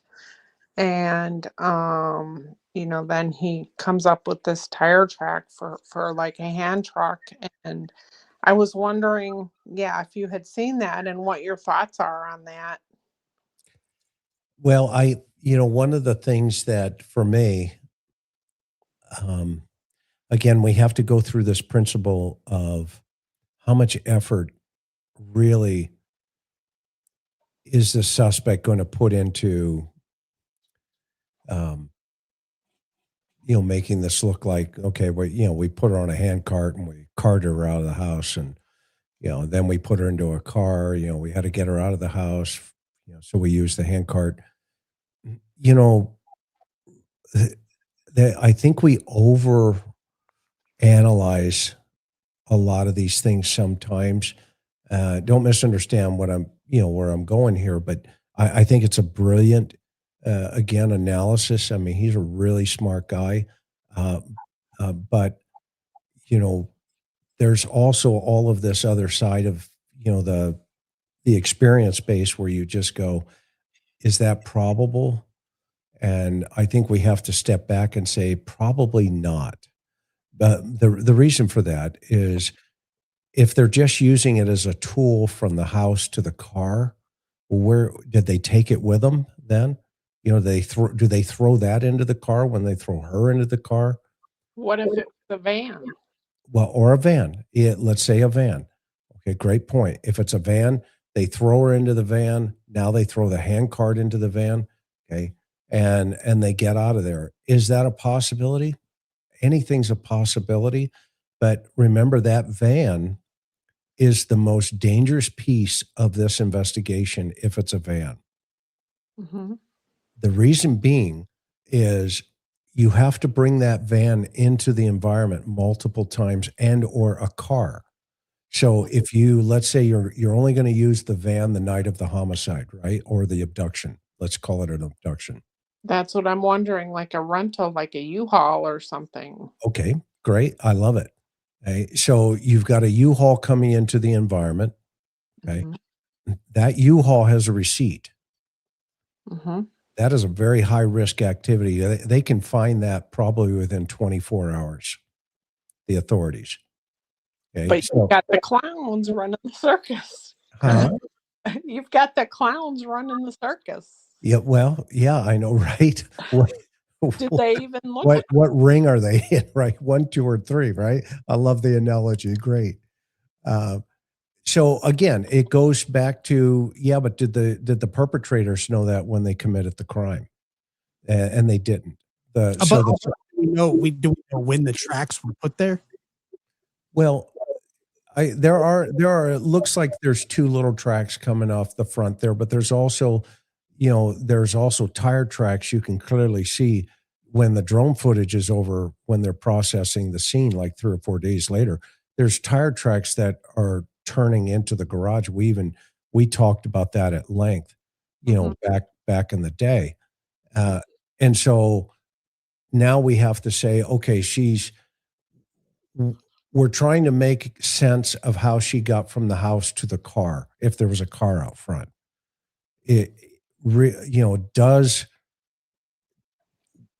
Does that really make a lot of sense? Because now you have to bring that thing around the back into the house, load her up on it, and then haul her out through the front door like 15 cases of beer. That's what I was thinking. Some of those larger vans, like passenger vans and things like that. Yes, ma'am. You put them in reverse, and what do you hear? A beep. Yeah, a beep. So my thought was, would they have just went ahead and brought her out front? Because if they would have tried to get in the back, they would have had to put it in reverse to get it out of there. That's just kind of where my mind went like they wouldn't have wanted to pull it in the back or over to the garage because they would have had to make that 3-point turn kind of thing and put Right. it in reverse and wake the neighbors. The neighbors would have heard it at an odd time of night. But No, I understand, and I love the way you're thinking, but now let's take that one more step further, okay? okay. That throws the doors open in the back. That just throws them completely out the window. Right. And it also throws the dog in behind the house, alerting to a sound at 2 o'clock in the morning. I mean, if you're pulling up there with a gigantic van at 2 in the morning, that dog is going to react maybe. I mean, we don't know dogs, right? Dogs are dogs, but that early in the morning with a full moon. Now let's keep that in mind too. It's a full moon. Well, That just Mhm. a vehicle pulling up in front would make my dogs bark Exactly. crazy. Exactly. And so those are the kind of things where you just go, okay, is there a familiarity? What kind of vehicle would be necessary to move her out of that house? It could be a truck, it could be a van, it could be a car. I mean, a sedan. I mean, the list just goes on, right? Yeah. What if she was taken by one vehicle and transferred to a second, and that second vehicle is the dump vehicle that they take her out into the desert, and they already had a pre-planned disposition point where they're going to drop the body, what we call a body dump. Yeah, how many burned vehicles are like out there? I wonder about that sometimes. Like, you see all kinds, like in the desert and stuff. You see all kinds of burnt out vehicles, like on the side of the road and stuff. So, I wonder. But just to be clear, Chris, your question presupposes that the death was not an accident. Right. Homicide was on the table from the get-go, which is in line with what I am strongly inclined to think at this point, because the other theories all have to do with something like that goes south. Right. But it's feeling more and more like we have to eliminate her for some reason and make it look like an abduction, so everybody wastes time worrying about that. Yeah. And so I don't think that that's so far-fetched at all. But how many vehicles have actually been looked at or impounded or whatever? Then you start, I'm not of the camp. Right. I'm not of the camp that this individual, I think there's more than one. I still believe there are two at least. Yes, at least two. That's my opinion. And definitely agree. I believe that they spent all this time planning this thing out, showing up multiple times potentially, the outfits, buying all the stuff, putting the gear on, dressing up, et cetera, et cetera. And then they get there and they decide, they're going to go in. They're not going in there like a moving company to start bringing stuff out. Okay, which I know that's one theory, that it's a burglary and then all of a sudden it went sideways. No, I mean, by definition, the law is anyone who enters a building with the intent to commit a theft or a felony, that's called a burglary.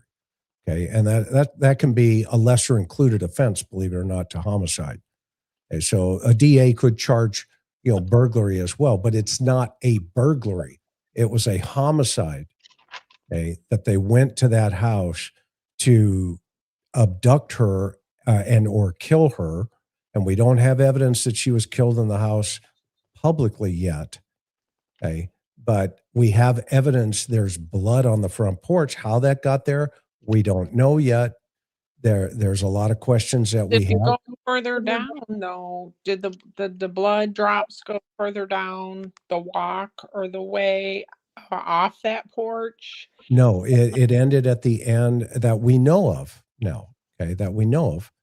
It ended at the end of that walkway near the railing where her shirt was left by the searchers. Okay, so that's a good way down. Yeah, exactly. Good point. So, and then you see, and go ahead.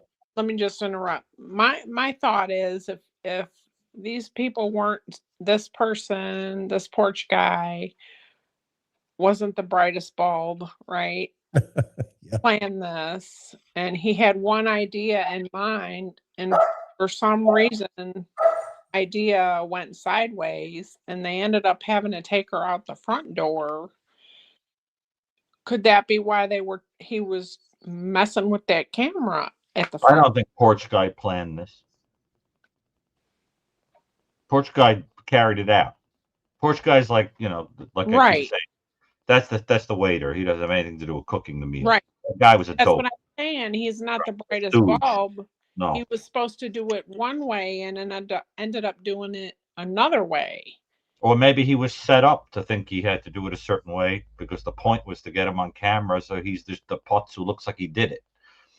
That's the whole thing. If you have somebody Okay. behind the curtain who's trying Okay. to throw attention away from himself, you could say, "Don't worry, camera's off." And then you get there and you see the thing light up and you go, "Whoa, what?" Take a plant, wave it in front, try to figure out why it's you understand what I'm saying? It could be that the entire point was to get Porch Guy on camera so that the Yeah. whole world spends all these months thinking Porch Guy is the guy who did it. That's And possible. that's entirely possible. Now, would that be something out of like a 1930s hard-boiled, story? I suppose, it could be. But I do get the sense that whoever planned Gary's being a little cantankerous here. Cantankerous Gary. Get him a T-shirt. Hot-headed. Gosh. But and so the police, it's the sheriff's possible. department fell for that ruse too, didn't they? Well, listen, I don't know if it's a ruse, but I'm just saying we don't know for sure that it isn't. And the same thing with the blood. All I'm saying, I'm not saying it's likely that the blood was staged, but we can't take it off the table. The whole thing with a case like this is you take nothing off the table because it's entirely possible that the offender or offenders are trying to make you fall for logic traps so that the attention gets drawn away from them. That's the whole thing. And Chris, you know what I mean about that, right? Right. Yeah. We're aware of cases that are staged so brilliantly. I mean, I'll give you an example. I was telling Chris about this earlier. Michael Stone was always fascinated by this case. It was a case of a guy who decided to kill his neighbor, his African-American neighbor. I think he assaulted her, sexually assaulted. Family show.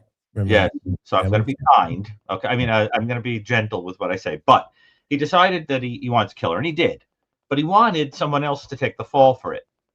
So he went with a gun and found an African-American man and at gunpoint forced him to provide essence, which he then spilled on the body to give the impression through DNA that that man had assaulted the neighbor, and that man went to prison. You knew this story, didn't you, Chris? Oh my! That's a very infamous case about how staging can go. And the thing is, it took a long time to get that guy freed. And the point I'm trying to make is that staging gets super sophisticated. The notion that it would be difficult to put a few blood droplets there is actually very silly from the perspective of staging. There are a lot of ways to create little blood droplets. And so they have to be your real blood, of course, but to place them there is not that difficult. I'm not saying that necessarily happened. I'm simply saying logic does not permit you to take it off the table. Can you take it off the table, Chris?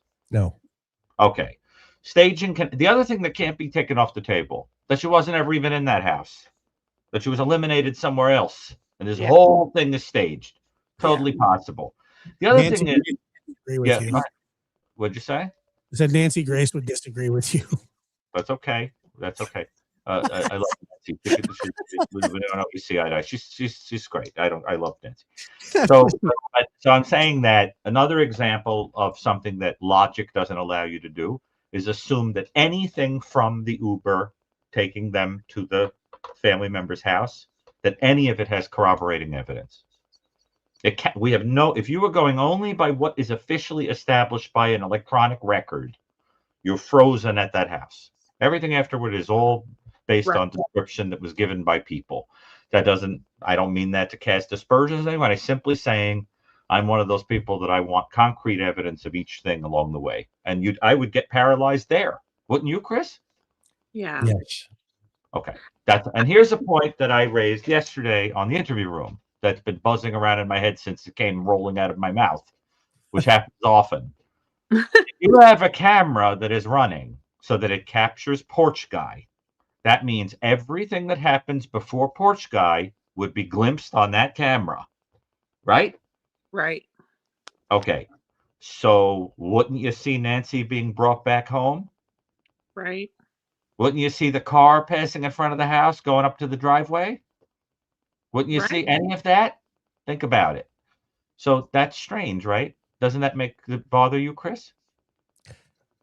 Yes. Yes. We've Think said of it. So, these things are Yeah. problems. we did Sort of. 50 anomalies last night on the program. Yeah. I'm sort of stuck with the family, the last person to see her. Well, So I'm not casting any aspersions. I'm only saying there are you're things not, but I'm a that caller make and I me can say it. confused. Yeah, that a girl. He's just cantankerous tonight. He wants his Really own is. shirt I am and he cantankerous, wants a hat. hot-headed heartthrob.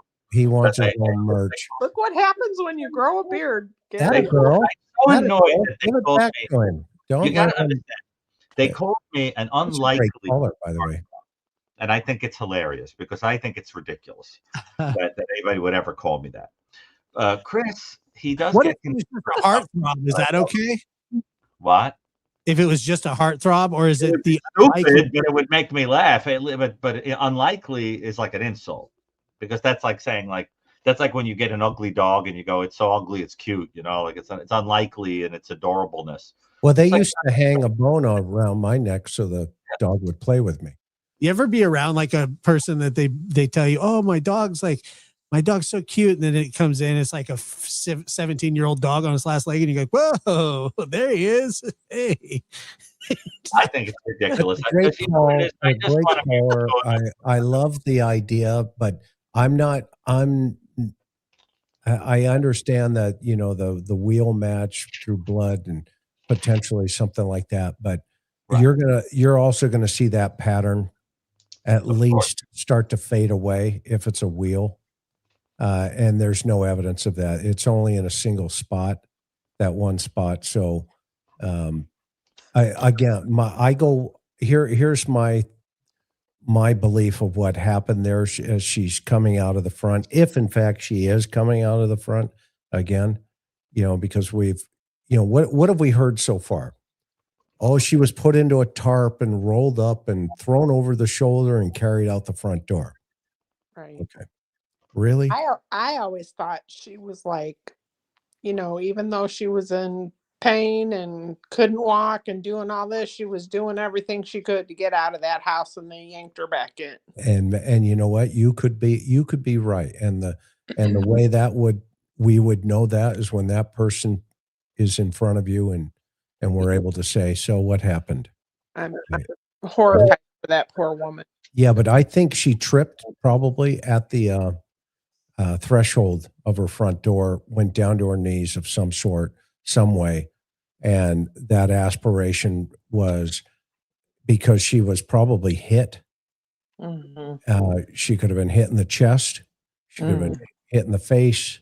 But it was hard enough to cause some type of, that blood. And that I've heard people say, oh, it's a medium velocity. No, that's high velocity. It's very low, or it's very small particles of blood on that porch. And so that means it was a very quick, rough, cough. And if you hit somebody hard enough and they're that frail, you could get that problem. 84 years old. That poor woman. If you go back and watch the video where she's talking to her mom, listen how quiet she's talking because she's having a hard time breathing. I've watched that a couple dozen times at the restaurant. And then look at the daughter's reaction. She looks over at her mom. She's not looking at her sister. And that's why I question the dynamics of the family. Yeah. So, but not, I don't know why people are afraid to just say what they're feeling and what they're thinking. I mean, come on, on Sunday, watch what we're gonna talk about. Quick question. You're awesome. Thank you so much. Appreciate you. You have one more question? Is is the fellow that emailed or texted about the Bitcoin to Tommaso. Yes. Is Derek. there a relationship between the bands, his band and other bands, that they're connected in some way? Well, there seems to be an association, but I don't know if there's direct connections yet. But you know, and the fact that they have been, the fact that he communicated with Tommaso was a huge red flag for me in the very beginning. Yeah. And remember, for the record, we were the first ones to talk about that stuff. Oh yeah. You know, I watch every show. so Well, thank you. Thank It's you. Sunday, right? Aloha. Aloha. All right. So you have a show Sunday? Yeah, we're going to do our standard. We're going to a wedding tomorrow. I've got one of my very close friends. His son's getting married tomorrow. Very good. So, okay, let's say Lisa. Lisa, go ahead. Where are you coming from? This is Lisa. Yeah, I'm calling from the submarine under the water. That's right. The one that always sounds like she's calling from the Andrea Doria. How are you? I'm groovy.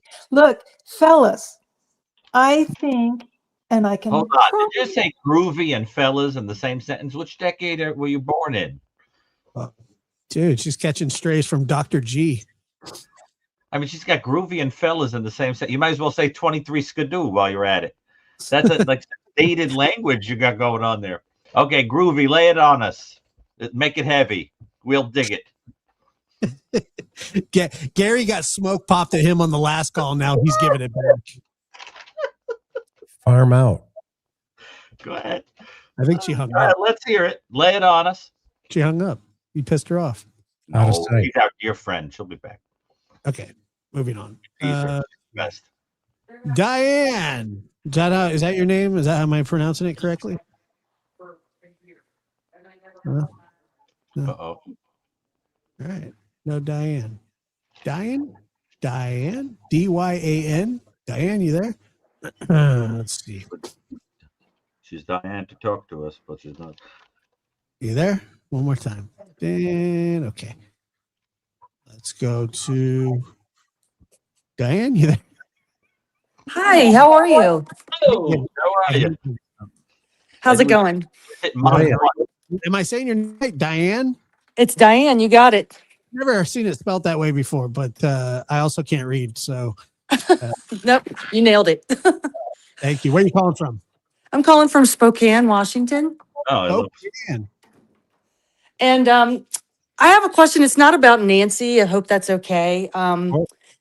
My question is, I feel like over the past couple of years, I have been noticing that there are more and more cases that are kind of like Mary Kay Letourneau type cases, where it's these young, good-looking female teachers are assaulting, essaying boys that are between the ages of, from 10 to 14.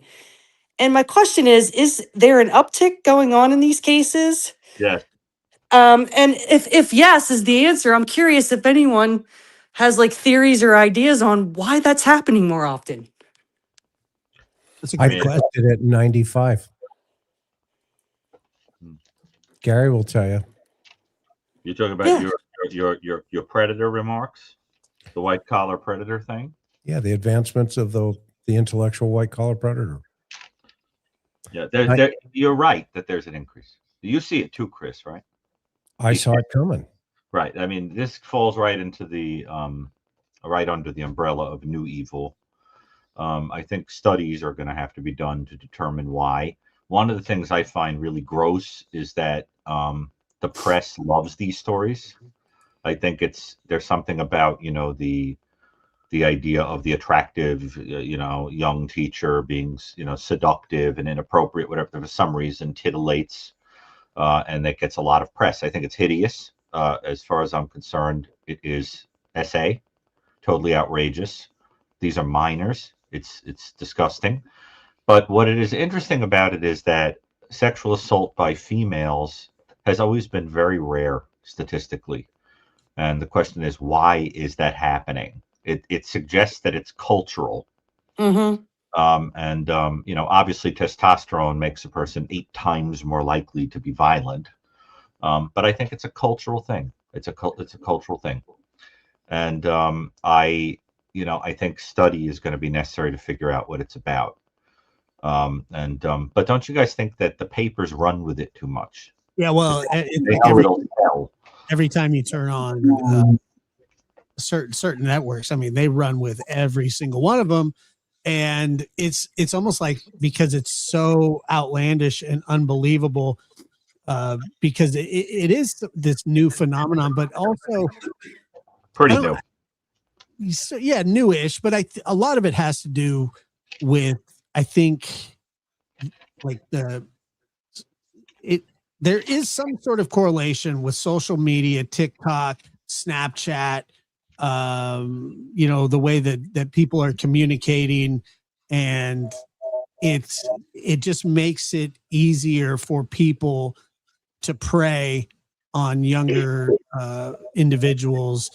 And it's but I mean, I don't know the exact answers. Obviously, like Dr. Gary says, this is something that we don't know yet. It's too new. It's newish, but it has to be studied. I mean, I have never gone in and dealt with a female teacher who assaulted people, because that's what you're asking about specifically. Believe it or not, I mean, I've dealt with a lot of things, and that I haven't seen. It's rare enough that I haven't seen that yet. But the question is, what's going on? I mean, are we dealing with people who have a true paraphilic disorder, or is it like a person who's a repeat predator that goes out and picks kids up in the car, or are we dealing with something like a person who, for whatever reason, in a situation, and power dynamics gets caught up in that? We don't know. Is it that there's an imitation of what you see in movies and pornography and things like that? But it's going to have to be studied, because it is definitely on the rise. One of the things that really bothers me about these cases with the teachers, with they're usually early 30s, mid 30s, and sometimes married, sometimes engaged or have a family or something like that, is the comments that are being thrown underneath the videos of, why didn't I have a teacher like this? Oh, you think that boy hated it or something like that? None of that matters. None of that, when you say things like that, none of that matters. If the boy hated it, didn't like, they can't consent. They've been preyed upon, whether they think that they like it or not. It doesn't matter. None of that is important. The fact of the matter is, people that use their position of power on anybody, let alone underage children, is one of the foulest things a human can do, and it's an epidemic. And we're going to have Dr. Anna Salter on tomorrow, and she can ask her about that. I was thinking the same thing. It's a great question for her. She knows all about this stuff, but and Chris, this is something that Chris has studied for almost his entire career. But that's just one of the things that I can't stand about these cases, is the snark comments, where people are saying, oh, well, he's not much of a victim, or it's like a 14-year-old kid. I've had 14-year-old boys before, and I'd be horrified if something like that had happened to my child. I mean, I have 3 sons, and I have 3 sons and 3 grandsons, and I just, sometimes boys aren't protected the same as girls are, because obviously these things happen to girls more. Statistically, that seems to be the case. Right. But boys need to be looked out for, because they do get that idea that they're enjoying this is just ludicrous. Like I said, I've raised 3 sons, and if something like that happened to one of them, it would be devastating. It's sick. What's really interesting?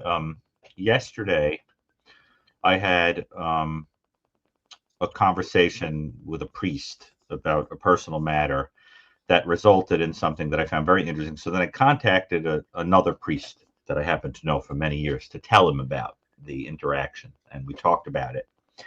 And I started to tell him, he had read my book, and he started to say, "Oh, thank you for the copy of my book, you know, of your book, or whatever." And I read it, and he said to me, "It's really interesting." He said, "You know, other priests are that that I know, they're probably not going to go out there and say this." He said, "But I wonder if some of it is demonic." And I said to myself, "Okay, I mean, I'm looking at this from a psychological perspective." And he said, "From the church's perspective, we're not really so sure." And I thought that was very interesting. He said that he saw it from the spiritual perspective, that there's been a huge uptick. And he said, technically speaking, from a spiritual lens, we see this as an uptick in evil, not as an uptick in a change in psychology. And I stepped away and I was like, okay, that's I didn't expect that, but it does make you think. Absolutely. An interesting comment, Chris, don't you think? Yeah, I mean, but we haven't reached the point yet, again, where we're crucifying people on the trade routes. Mm. And obviously, I'm looking at this stuff through the lens of that these people have and leaving them illness, leaving them on the the side of the road for the peasants. But we are at a place where we can't even figure out what bathroom to use. Right. It's frightening. It is frightening, and It is. and unfortunately, that we can't have an honest dialogue about it, because there's a fear factor that comes along with it. And quite frankly, that's why I'm cantankerous. I could care less, because my son was almost taken by a predator in 1980, and he is now the chairman of the economics department at UNLV. He's a professor of economics. But I saw the car pull up, I chased him, and that's how I got into law enforcement. And I made a deal with God. I'm going to chase these turds down for the rest of my life. And we're at a place now in our society where we can't even have an honest dialogue about whether or not kids should be going to drag shows. Let's be honest about it. That the whole purpose of that is not to say, look at me. It's to say, look what I am. And it's interesting that everything is sexually driven. It is. And we are over-sexualized as a society, and social media has helped us get there. Is there any surprise? Are there any surprises that our children are getting molested by teachers? No. It's a great point. No, there's not. I mean, whether you think you take a moral interpretation that there's some change in the inhibition level and the morality of the average person, or some people, that is, or you think it's some biological thing that's getting disinhibited, or you think it's just cultural, whatever, the fact is it is increasing. Well, you know what the next gender is? It's definitely increasing. Here's the next gender.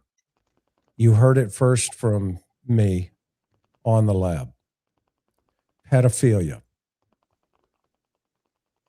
Yeah, they are trying to push for this idea that it's intergenerational love, and it's being normalized. There's a push to normalize this. I mean, that's absolutely true. I see it myself, and that's what scares me. And I think boys are in a little bit in a vulnerable position in terms of, well, they're boys.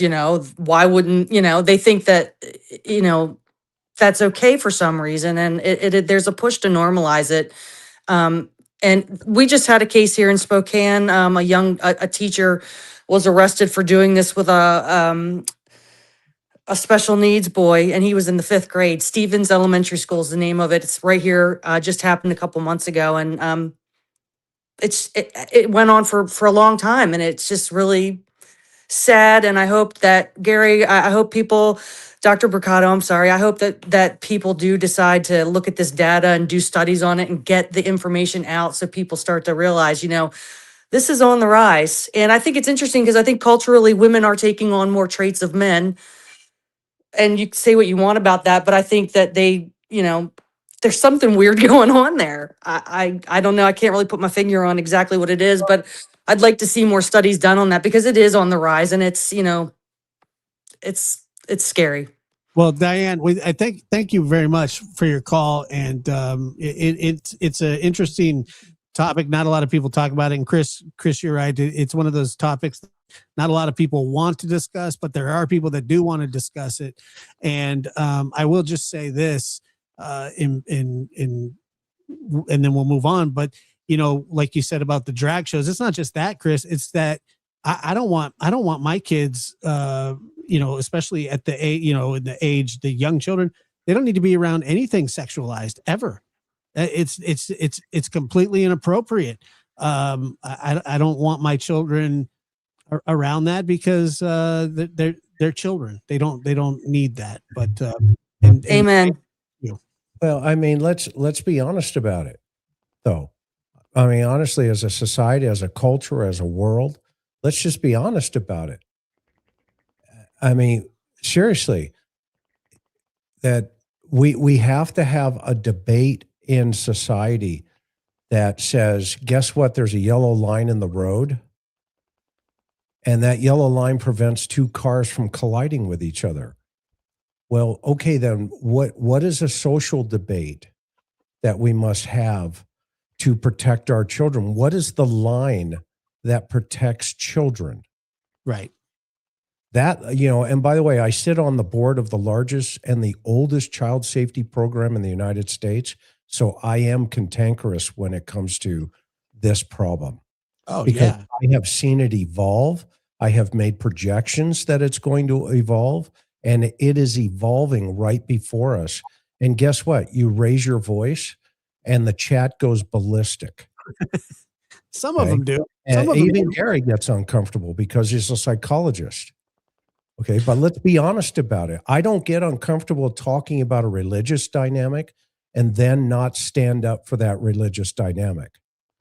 If we think it's evil, then it's evil. That's what it is. And we call it that.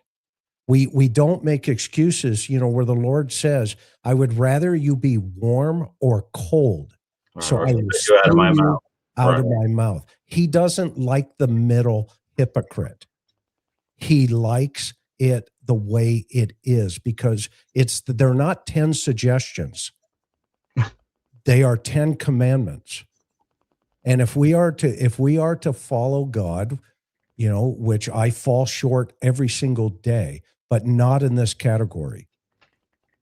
I rise above this category. In fact, I've taught hundreds of law enforcement officers around the country. I was in a class one time, teaching a course on sexual deviant behavior. And I had a student come up to me and say, are you saying such and such is deviance? And I said to this student, if you feel uncomfortable, I suggest you wait outside. Yeah. And she got up and left. Yeah. And I thought, okay, there you go. We have to be honest because I used to wear a wire as an undercover vice detective. And you know where I would meet these people? In the bathrooms. Yeah. In public arenas. And now we're sending our children into them. And when I stood over Matthew Checky's body, because he'd been slaughtered, and I looked on the wall and I saw his arterial spray from that little 9-year-old body on the walls. And then I interviewed the suspect. You know what he told me? I went home back to the hotel and I masturbated for 2.5 hours while watching pornography. Yeah, what was his name again? The suspect? Brandon Wilson. He was. And Gary, as others, Gary sat across from these guys. This is the other side of the dark side of not talking about it. We are giving these people so much fuel, and our society is saying that's okay. If we have to embrace you. Okay, then what is the line for children? What's the line for children? That I don't think we know. I know. Yeah. But I don't think society is ready to say, you know what? We're not going to do that anymore. We don't want to have this. So we have evolved. And I think we've evolved for the negative, the negative effect. And it's a bad thing. I just don't think it's just wrong. Yeah. There's no laws. Anyway, and as somebody like you who has studied it and seen it evolve, I completely understand, and I applaud that you're outspoken about it. And it does make some people uncomfortable because they haven't had to witness the things that you've had to witness, Dr. Gary. They haven't had to listen to the things that you've had to listen to, and it is a very uncomfortable topic. Who wants to talk about that? But sometimes it's uncomfortable because people want to be politically correct, and it's not just it's uncomfortable. It's actually just uncomfortable because it's a disgusting topic. That's what makes it uncomfortable. So I agree with you there. We're gonna go ahead and take our next call. Well, I know, Josh, you've got a hard stop coming in a few minutes, but I just want to add that in the research I'm doing for this first chapter of my book, when I'm talking to a lot of people, it's very interesting that a lot of them talk about the evil aspect, but they don't say it publicly. It's really, really interesting. It's a hypocrisy. Well, no, I think it has to do with the idea that in the sense I'm getting is that in 2026, people think they sound medieval talking about it. So that's really what it is that, so they say like, look, I wonder about this, but, I'm not going to go out and say that because it's, so I think, Chris, that's what you're talking about is you feel that if you really believe that spiritually, you should just come flat out and say it. Well, what did Christ do? Oh, I know. I'm just saying. He says, love the sinner, but what does he say about the other side? Hate the sin. Hate the sin. So can Christ hate in the same sentence as love? Yeah, why not? Or does he actually see it for what it is? Justice and mercy have to be satisfied, and those scales have to be balanced for the atonement to apply. In order for him to suffer on the cross, where he leans out and he says, Father, forgive them, for they know not what they do, that justice has to be satisfied, and that balance has to be there. So that means even though he does hang out with the sinners, I used to hang out with the sinners every single night. Hookers. I'd pick them up for a living. I'd pull up in a car with a foot mic and I say, get in, let's have a party. How much? Those are some of my favorite stories. And by the way, those are the best stories going in my law enforcement career. And then I turn around and I say, guess what? You solicited me. You're under arrest for, 647, B. Solicitation for prostitution. And then I'd hook them up, and then I'd go to them. How did you get here? Why are we here? Tell me about your life. That's how the Lord, I think, sees people. But he doesn't justify the fact that they're out there doing whatever they want to do. That's not, then he would cease to be God. Great. So Chris, are you saying that we got to hurry up though? We got to take some more calls before we go. Okay, go ahead. Go ahead. But no, it's okay. Because I know you have a hard stop at like 30 minutes. And we got some people on hold, and I don't want to leave them all waiting. But Martha, go ahead, Martha. You're on the air. Where are you calling from? Martha's muted. Hold on. Hi, Martha, can you hear me? I sure can. Hi, I'm calling from Washington, D.C., from Georgetown. All right.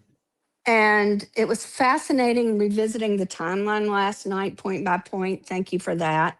But I wanted to back the timeline up a bit with a fixed element that I feel like is rarely discussed. And that is the fact that the Olympics were taking place in Italy just after Nancy Guthrie was, I believe, her homicide was committed. So back to Dr. B's logic, if you do a symbolic logic test, if Savannah Guthrie was the ultimate person to be tortured, to be ridiculed, to be upset, then, the Olympics were something she was looking forward to. That would be an additional element of torture for Savannah, besides the horrific murder of her mother. I think whoever the chef or mastermind was, he was a sadistic narcissist who possibly had some kind of narcissistic event, and the Olympics, some kind of narcissistic injury from the Olympics could potentially have been the tipping point. And so I'd like to just lay that little gel, because, you know, I'm over 60. I'd lay this little gel over the timeline for the motive to say, could the Olympics be more of a factor, a fixed event that we just haven't discussed that often? Your thoughts? What do you think, Chris? He has inside knowledge of when her travel schedule is months in advance. Yes.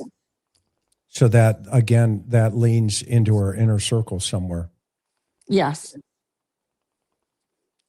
He may potentially have an interest in Italy in particular. Correct. To me, if some sort of jealousy or revenge motive, Dr. B could probably talk to this better. It's not something that happens overnight. This is a building thing that Chris was talking about, the look that Annie gave her. There are lots of layers here. But there could there be a tipping point? Savannah refused to give tickets to the nephew to the big event he wanted to go. A tipping point with a injury that has been building for such a long time, to me, could be a potential motive. And I just don't think we discuss it that often. But I appreciate everything you discuss. But this is one element that to me is logical. That's a fixed element that could be fit into the timeline that is rarely discussed. It's a great point. Yeah. Yeah, it is. I mean, I've heard people talk about it before, but not with any sort of in-depth conviction, because I think that for some reason, I think that it does kind of get sort of passed over. And I mean, basically, are you saying that that's the reason that Nancy went missing was because Savannah was going to be covering the Olympics and they wanted to ruin that for her? That's one potential theory I'm throwing out. Yeah, they're the mastermind. If he's sadistic and organized, the chef, the mastermind, is sadistic, organized, potentially scientific. If he's had some potential narcissistic injury that has really ticked him off, I think it's a potential motive that it seems not like a lot to us, but if that's important to you from your heritage, your country of origin, it's important to Savannah.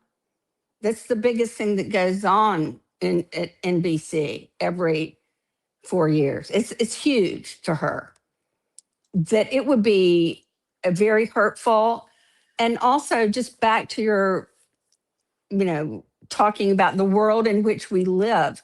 We live in a very basic, very materialistic world. So we discount this as thinking people. Think no one would do this for such a materialistic, such a basic reason. I disagree with that. I think that's who we are. And I think that's who the mastermind is. He's catty. He's selfish. He's sadistic. And one little narcissistic injury like this could have just set the ball rolling on this plan. That's just an idea. Well, Martha, and I thank you for your call. And I will tell you this, whenever we do find out the reason, the motive, if we do find that out, it's going to be stupid anyway. You know what I mean? Like nothing is going to justify what has happened to this woman, this poor elderly lady, Miss Nancy. Nothing's going to justify this. I mean, there's not a thing that said. So yes, any motive, any reasoning is going to fall deaf on me, and probably everybody else as well. But I appreciate the thought, and it's something to consider. People are vengeful, people are vindictive, and they'll do anything to hurt people. But thank you so much. I appreciate your call, Martha. Thank you for taking the call. Thank you, Martha. Appreciate your opinion. I liked it. It was a good call. All right, Tara, where are you calling from? Hi, I'm Tara calling from Missouri. I actually called in a couple nights ago, and I apologize because it was the first time, so I didn't have very good etiquette and I took way too long. So I'm going to do better tonight. But I was actually the one who had talked about the Olympics being the timing being weird too. And coincidentally, I was going to say the same thing as her, but I don't view it exactly like her. I view it more as not that they were trying to take the Olympics away from Savannah, but that they needed Savannah to be in town because she had to pay the ransom, and it'd be a lot harder to do in Italy. So I feel I've, for some reason, always had a theory or felt like with the dog passing in December and then guys being all over the neighborhood in weeks leading up to her, that maybe this was a thing that, I don't know, I want to say like practiced, but like if it was like a chicken out scenario, like we're going to do it this time or this time, I'm not sure. And then, but I do kind of agree with the caller just now that Bob Gillum always says there's no coincidences in murder cases. I think it's him. And this is a huge coincidence because I looked up articles and double checked while I was on hold, and I found multiple articles confirming she was set to fly out the next morning on Monday morning. You and I were kind of going back and forth on that. And I heard some other people say that she was getting ready to leave like within a day or two, but the Olympics weren't for a week, but obviously she would get there earlier than that. But go ahead. Right. But I agree with Chris that somebody knew her travel schedule. I'm not implicating anybody. Like, I'm just saying, I feel like that really does have to factor in, especially because it seems to be centered around Savannah and they asked her for the money. She would be the one paying. I feel like it was more of a like, we have to do it now thing. And I don't know. But anyway, thanks, guys. I'll let you go and get another caller in. But you all are great. And I'm just loving all the coverage and updates. So just keep going and I'll keep watching. Yay. Thank you. Appreciate it. And on Sunday, the interview room, what are you, 5 o'clock Mountain Time or 5 o'clock? 6 o'clock Mountain. 8 o'clock Eastern. Time, 8 o'clock Eastern, right. 5 o'clock. But guys, and Josh, you're jumping off in 3 minutes, right? We gotta hurry. Okay, I'm not opening a can of worms then, but I will say, Chris, Josh, maybe something that we should consider discussing, because it does appear that this is where we're at in the logic chain, is something that I think has been totally ignored in the entire story, which is the why January 31st. Is there a reason for that date? Was it something that was planned for later and something required having to hurry up and do it already? Is it the end of the month for a reason? Does it relate to a financial thing, something that was coming down the pike? Is it that it was close to Nancy's birthday a few days before? In other words, I really think that thing that's being hinted at about the date of the Olympics and all that, really the larger question is, why then? Because it is true that unless something is totally pragmatic, and then there's a practical reason why you pick a certain day, emotional things, they require the question of what set you off. If you have a long-standing issue, why then? And don't you think, Chris, we should really try to dive into that, to think a little bit about the why the heck then? And because I haven't heard anybody get into that, not one. I mean, unless I'm just not watching those shows. But I haven't heard that discussed. I've heard speculation about the Olympics thing. I've heard, but not simpler reasons like why Sunday? Why when the next day's church? Is that a coincidence? Why the end of a month? So, Chris, I think it would be a good idea for us to all ponder that and discuss it. And the audience is agreeing because it hasn't been touched. It's a great idea. Let me read a couple of these really quick before I go. The cell phone, this is going back to the discussion about the teacher. The cell phone has allowed teacher to student private conversation that would have never occurred, removing the parent as the go-between. I coached a seventh grade girls basketball team. I was asked by the city. I was bonded already, you know, and everything. And they were short on having coaches, and there was going to be about 12 girls that wouldn't have a coach, and that they couldn't play basketball. So I agreed to, under certain circumstances, and the certain circumstances were that I had an intermediary woman who contacted the children for me. I contacted her. She was a mother of one of the children, and then she would contact the children. I was not willing to drive any child home, any girl child home. I just wasn't willing to do that because I wasn't going to put myself in that situation. I wasn't going to put the child in a weird situation. And so that was something, there still needs to be that separation. There has to be that separation. And I you know what, it was one of the most fun teams I've ever coached. The girls listen a lot better than the boys do. Boys are jerks most of the time, and girls want to they just wanted to play. My grandkids are 10 and 12. There's a male teacher that dresses with big breasts and a skirt and a wig every day. This should not be allowed. I mean, any sort of confusion is like that. It's just too much for little kids. It's so weird. I've always wondered if the tracks in the driveway were from her heels dug in the ground from dragging her to the vehicle. I don't know. What do you think, Chris? That's it's possible. Yeah, it could be her legs, her feet. You mean her heel being drug? But I'd have to see the photographs a lot closer to really make that determination. All right. And then, is it the real crime scene, Annie's house? 3 hours of luminol based photographs late at night. Yeah. I mean, they sure treated it like a crime scene. Nobody wants to talk about it, but that's the reality. Yeah. And thank you for such an interesting show. Thank you very much as well. Panel, I have always thought cremation should be looked into more. What are the chances there is a crazy running one of those, counting for many missing persons? You ever run into anything like that, Chris? Well, they bury dead murder victims in graveyards. I've had that before. Yeah. That would be a let's see. Thank you for speaking up for our children. Absolutely.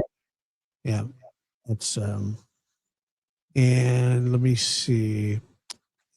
And thank you guys so much for all that. I'm sorry that I'm not going to be able to, but we have a couple phone calls left. I could take one more, and then I really have to go. I have company. I had only planned for an hour and a half, hour and 45-minute show tonight, but we're back. That went to heck. Well, if I didn't have people coming over, I would have happily stay. But tomorrow morning, and it is scheduled, so please hit that notification bell. And Chris, yours isn't up yet, is it? It is, but it's Sunday night, 6 p.m. Mountain, or 8 p.m. Eastern. Yeah, so make sure to hit that notification bell for both shows. And okay, let's go. We'll do one more call. Lizzie, where are you calling from, Lizzie? I'm calling from Massachusetts. Massachusetts. What part? The South Shore, Weymouth. I didn't hear the last part. Weymouth, Shore. Massachusetts. Oh, Weymouth? Yep. I have cousins in Quincy. I work in Quincy. There you go. You know Smith Auto Body? I don't. Okay, if you go by there, just say hi to my cousin, Vinny. Oh, I definitely will. I have such a bad car right now. I just might take it in for a visit. That a girl. So my question for you tonight is, has there been anything about the notice that was left on Annie's door? The Adult Protective Service? Yes. So I have two thoughts on that. The first is it was a cover your butt situation that they probably had, notified from CAD that she was a missing woman. But then the second thought was, well, is there a paper trail that somebody may have come by to check up on her, that somebody may have made a report. So I think it can go either way right now, to be honest with you. Because it would be really unusual just for an adult protective service worker come over and just to hang a card like that, unless they already had a referral and she's covering her butt or he's covering her butt. Yeah, I've never heard of somebody just going around like soliciting. I mean, I just never have. It's almost like I don't know exactly how it works, but it's almost like if CPS or somebody is called, that they have to make contact or something. But I don't know that to be the case. But I've never heard of that. Maybe you have, Chris. I haven't. Well, first of all, it comes from a referral. You just don't show up at somebody's house and say, "Hi, I'm from Adult Protective Service. We're here to check up on you." That somebody had to have made a referral for APS to get involved, just like CPS. Right. CPS doesn't show up.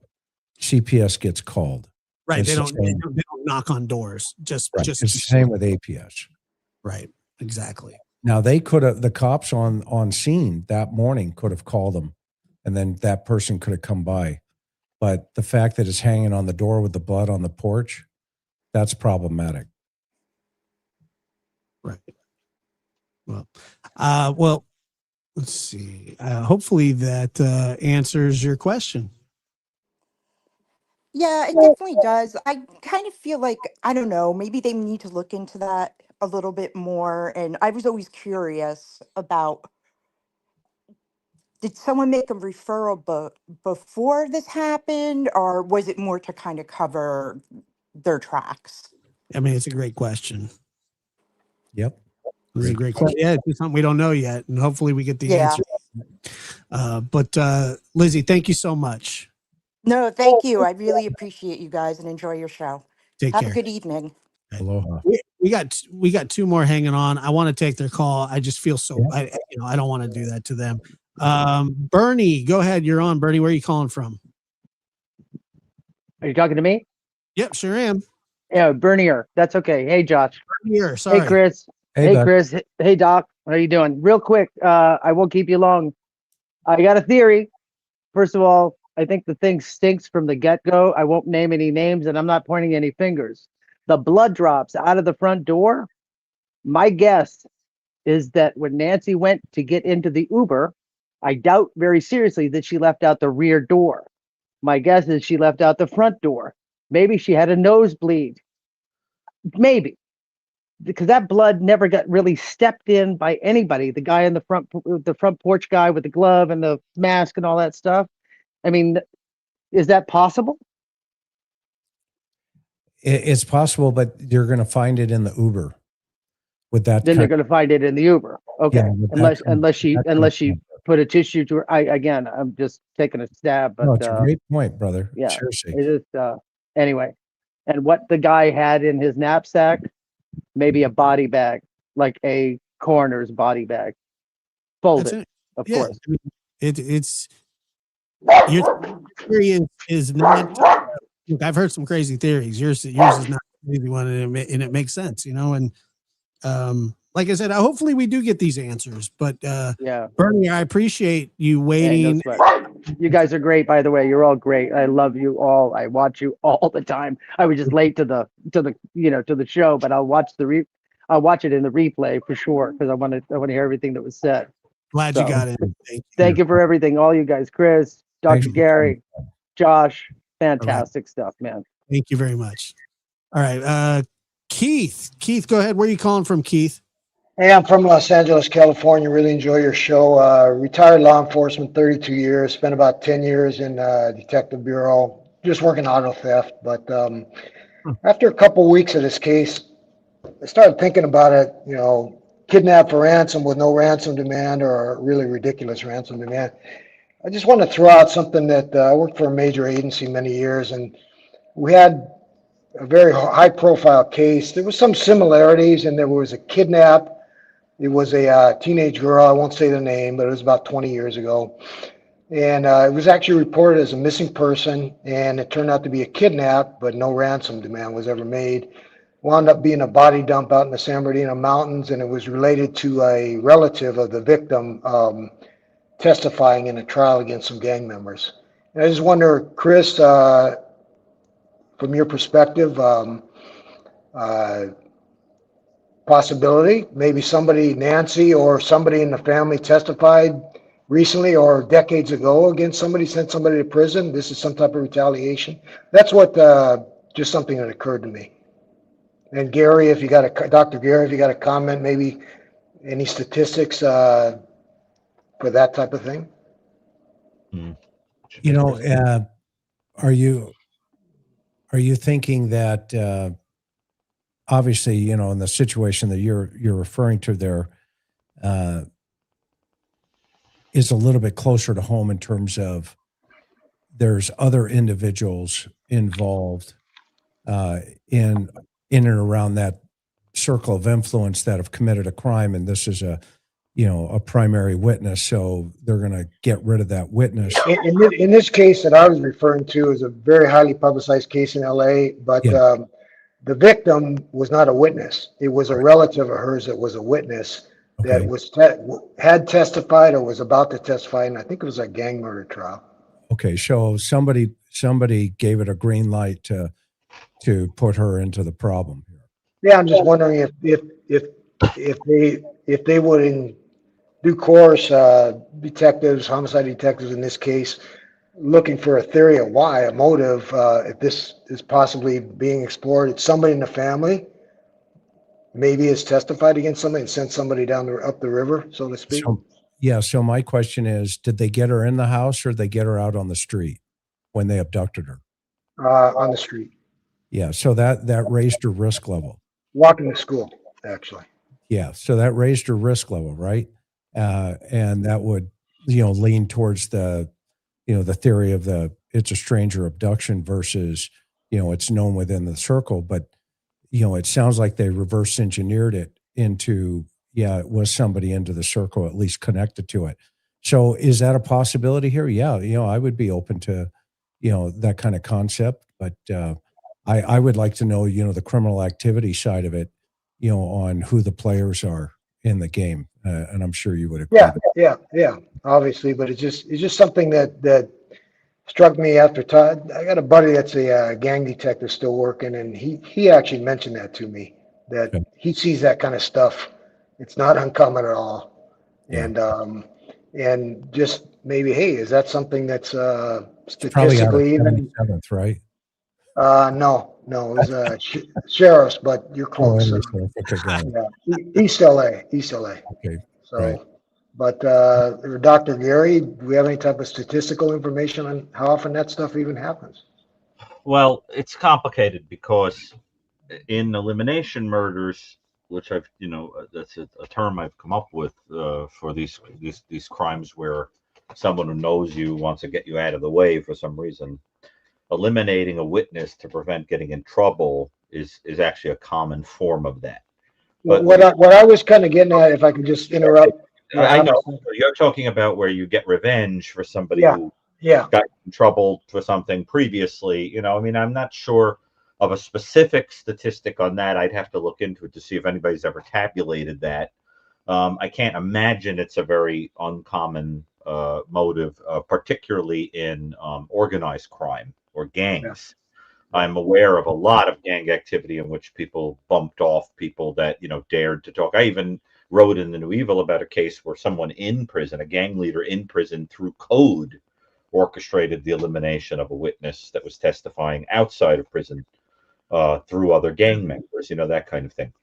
But I think, look, is it possible? Yeah, but I'm pretty sure that family members, Savannah or anyone else, would know the story and would be wondering about it. Maybe it's somebody from a long time ago who's mad at her from when she tested. Yeah. What I think is more interesting to think about is the possibility of her knowing something about somebody and making her that it's dangerous to the individual that she knows it. Because that's not an uncommon reason for elimination, along with the other common ones are money. Someone's an impediment to money, an impediment to romance, an impediment to freedom because someone is a burden to take care of, or that they're an impediment to freedom in that or career or whatever because you know something you're not supposed to know. I mean, remember, Chris, when this whole case started, Chris was the only person talking about the ICAC visit and what that might have meant. Yeah. And the idea that I remember Chris saying at the time, did somebody find something out about somebody? Now, look, I'm not casting any aspersion or saying anything. It could simply be, I heard people say, well, that's just because ICAC has real, experts on technology and they needed to bring them in. But Chris, you remember saying that, don't you? Yeah, and one of the dynamics to the caller's question again, just to think, I mean, to take a kid out in a gang scenario, that has to come and probably from California. That's got to come from, a shot caller, probably in the prison system in either Pelican Bay or MA or something like that. Am I off base there? No, I agree. It was a gang hit, but it just got reported as a missing person. That's how the whole thing started, and it snowballed into that. But In your experience, I'd be curious as your opinion to get your opinion. I mean, are you seeing any cartel tie or anything like that? Anything? No. I'm seeing something like a personal vendetta, a personal grudge, maybe from a family member whose relative got sent to prison on the testimony of somebody in that family or close to that family, and now this is their revenge. That's kind of just something I'm thinking, because this whole kidnapping thing made no sense to me from after about the second or third day when there's no ransom demand, at least no plausible ransom demand. Nobody sent. We've done this a couple of weekends, brother. Yeah, I've seen a lot of kidnappings, and not a lot for ransom, but some. And the ransom man always went right to the family every time. I'm gonna not address that, but I will say that when you're thinking about reasons for elimination, which you try to make look like an outsider, you try to make it look like an outsider came in and did something, which is possible here. The main reason is money. Finance is always the hugest of the reasons, one way or another. And then you start going through the others. But if you were a betting person, you'd follow the money. But the problem is in these family dynamics, and I'm not saying family, but in a family dynamic or in the dynamic of people who know you even vaguely, there can sometimes be a secondary motive of resentment or anger or grudge or something like that. And there are little whiffs here that make me think there's something interpersonal that is also going on, because there were things done that you simply don't have to do. On Chris's show yesterday, we talked about why'd you have to go to a TV network? I saw that. In front of the house, that kind of thing. So it's a important thing to think about. And I think what you're smelling is that this sounds like something involving somebody who knew her and had an issue with her. And I have to tell you, as I always love on Josh's show, just to drive him crazy, I find an excuse to quote Sherlock Holmes, because I do it every time. And Sherlock Holmes famously said, "What a unique delight it is to meet someone with a mind as logical as your own." I don't think I appreciate what you're saying. Yes, I think he does it because he can't help himself. And then well, we play bingo waiting for it. Yes. And then he passes it off as, I do it to annoy him. But it's mostly. But it is a unique delight to meet someone with a mind as logical as your own, which has a double meaning, of course, because it could mean a mind like yours, or it could mean that you have a mind like ours, right? As logical as one's own, right? As your own. And Dr. Gary, I do have to throw out, I'm sorry, I do have to throw out one thing. I've requested your book for my Father's Day present. Oh, okay. Pretty cool. Yeah. When you're done, responsible for any nightmares or flashbacks that it causes. But seriously, thanks for your work and your service, because that's thank you guys. don't say I just did auto theft. Don't say that. I got to tell you, that is some work. Yeah, and I've had a car theft work. Don't minimize it because you deal with animals. Well, the interesting thing about auto theft, it touches everything. It intertwines with everything. Just like Chris just said. You ever find a corpse in a car that was stolen? 10851. Actually, we did arrest somebody for a reasonable cause murder because some parolee was driving around a missing persons vehicle that had not been located for about a week. So, but that's a long story. But yeah, it intertwines with everything. Yeah, and you remember Robert De Niro in Analyze This when he works as you working as a car salesman, and he says, "What are you talking about? You can fit 2 bodies in that trunk." I love that.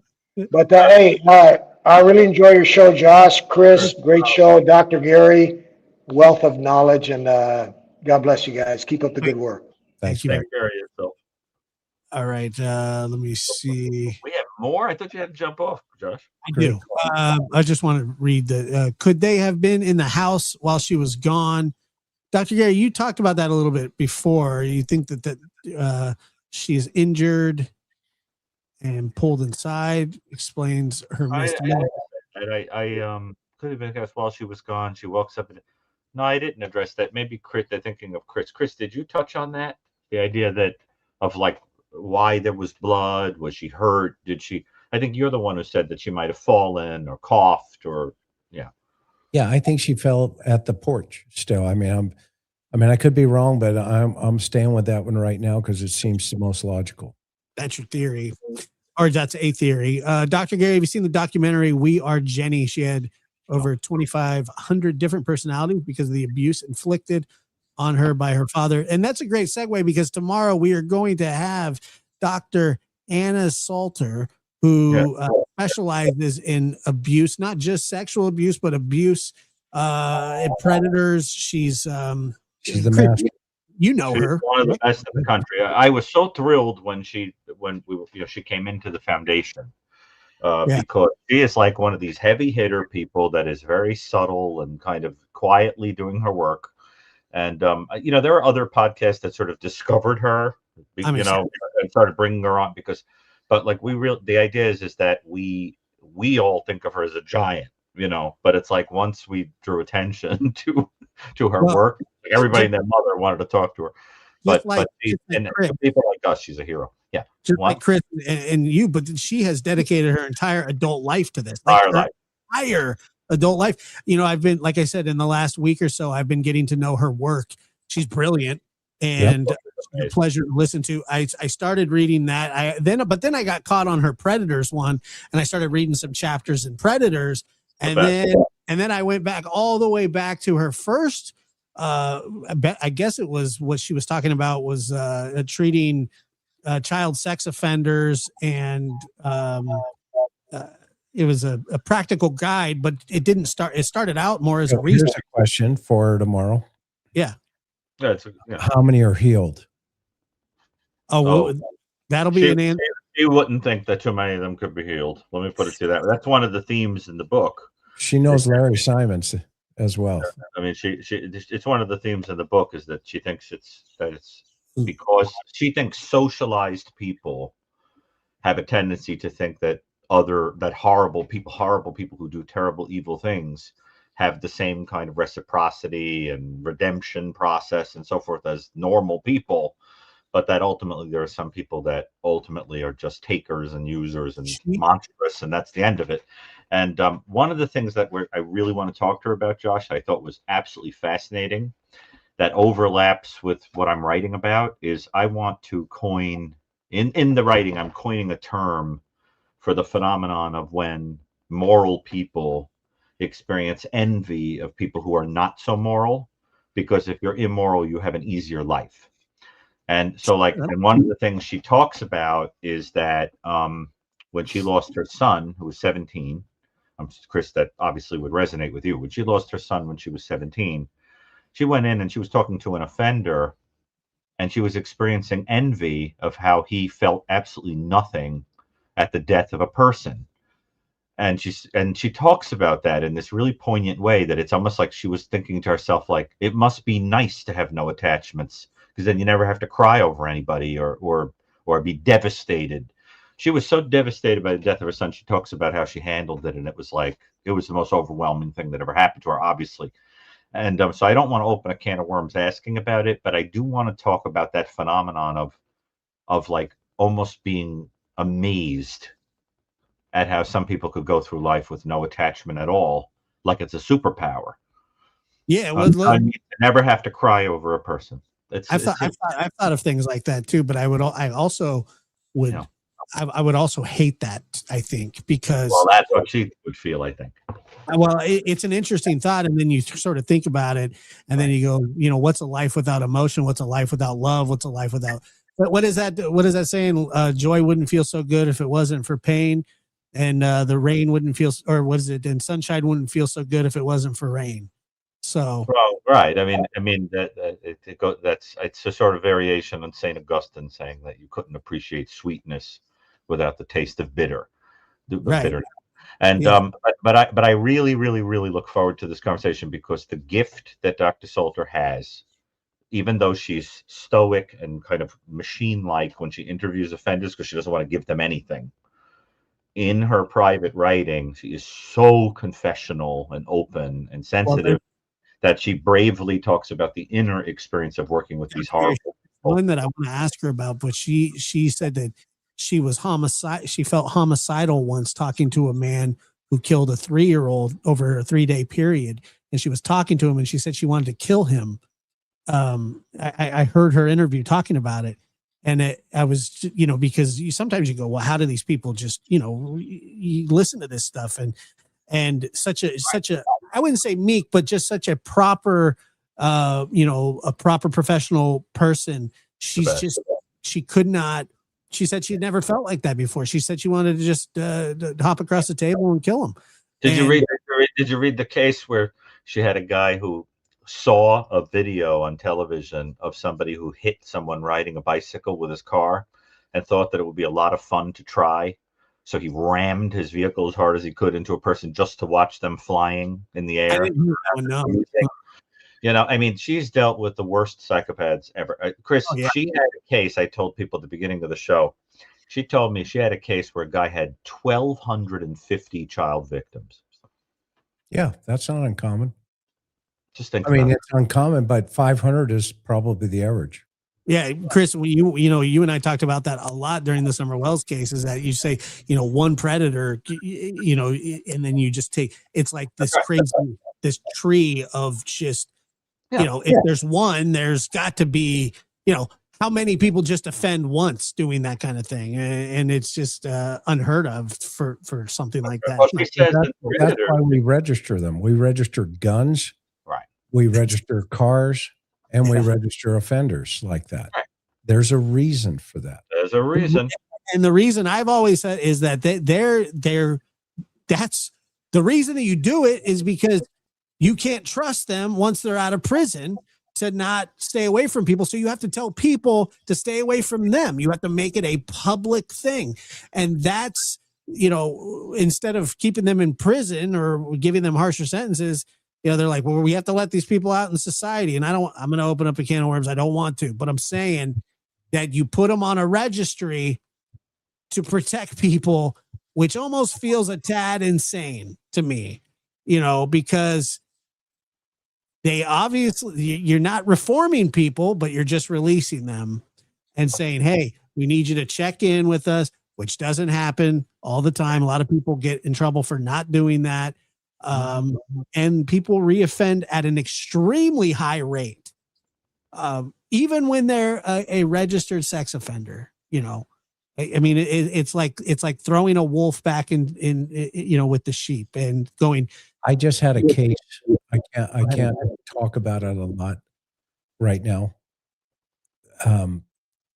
15,000 photographs over a few decades.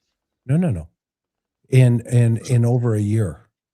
15,000 in a year. Not victims, photographs. Oh! I could see something on the device. And as I was talking to this individual, I asked him, I said, what are they going to find? And, he was real, dancy around it. And then he finally said, well, do you have my phone? And I said, yeah, we do. And so I want to hear it from you before I tell you what I know. And because I wanted to see if there was any spark of light in this individual in any way, shape, or form.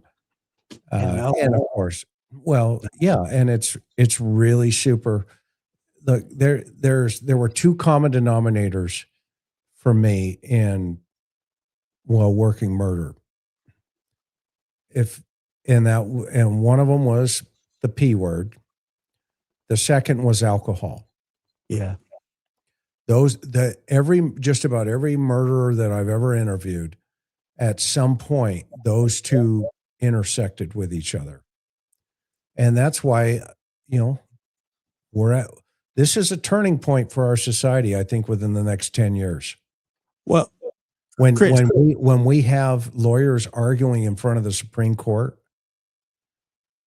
about certain things, that tells you where our society's headed. Well, Chris, at the parole hearing that I was just at last month for my father, his lawyer said that the gun is what escalated the situation. Not his jealousy, not his this. This was her argument. And she goes, he went and got the gun. The gun was the catalyst. And then I said, well, then why isn't the gun in prison? Good. And he said, it's such a foolish thing to say. That's what I said to her. And, she was like, who the hell is this guy? But, it was such a stupid argument. And we deal with these things now so often.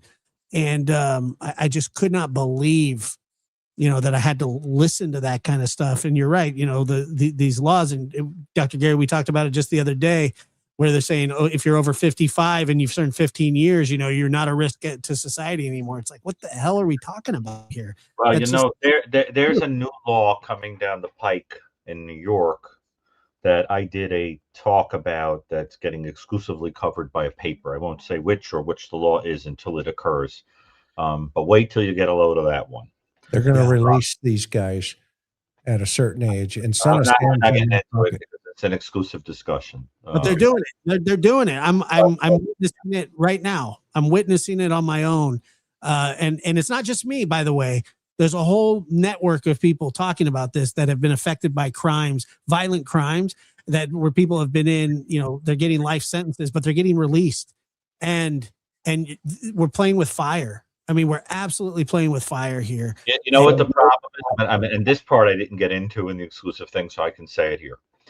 This is what bothers me. When it comes to sexual offenses, serial killers who are sexually motivated, things like that, or child offenders, part of the problem is that people make the mistake of thinking that when you burn out with age, bullshit, you might not be sexually inclined. Okay, this is nonsense, because it is not even really about sex. It's about power and control and domination and fantasy. And what happens to those guys is that till the day they die, you've got people that get a hold of their crime scene photos to pleasure themselves in prison. Okay? I mean, forget about this fantasy that it goes away with age. No, it does not. And Chris, you know that. I mean, what do you think? These guys wake up in the morning and go, oh, my testosterone is low. I'm balding and I lost my interest in, no, doesn't work that way. It's bull crap. And a lot of it is people, what they do is they play the system and they jump through the hoops. So one day they can get released, but who knows if there's actually any sincerity over it, but it doesn't matter because it's already happened. And once it's happened once, it can happen again. Is anybody capable of doing it? I guess not that. Forget about what they could do. But not everybody's done it.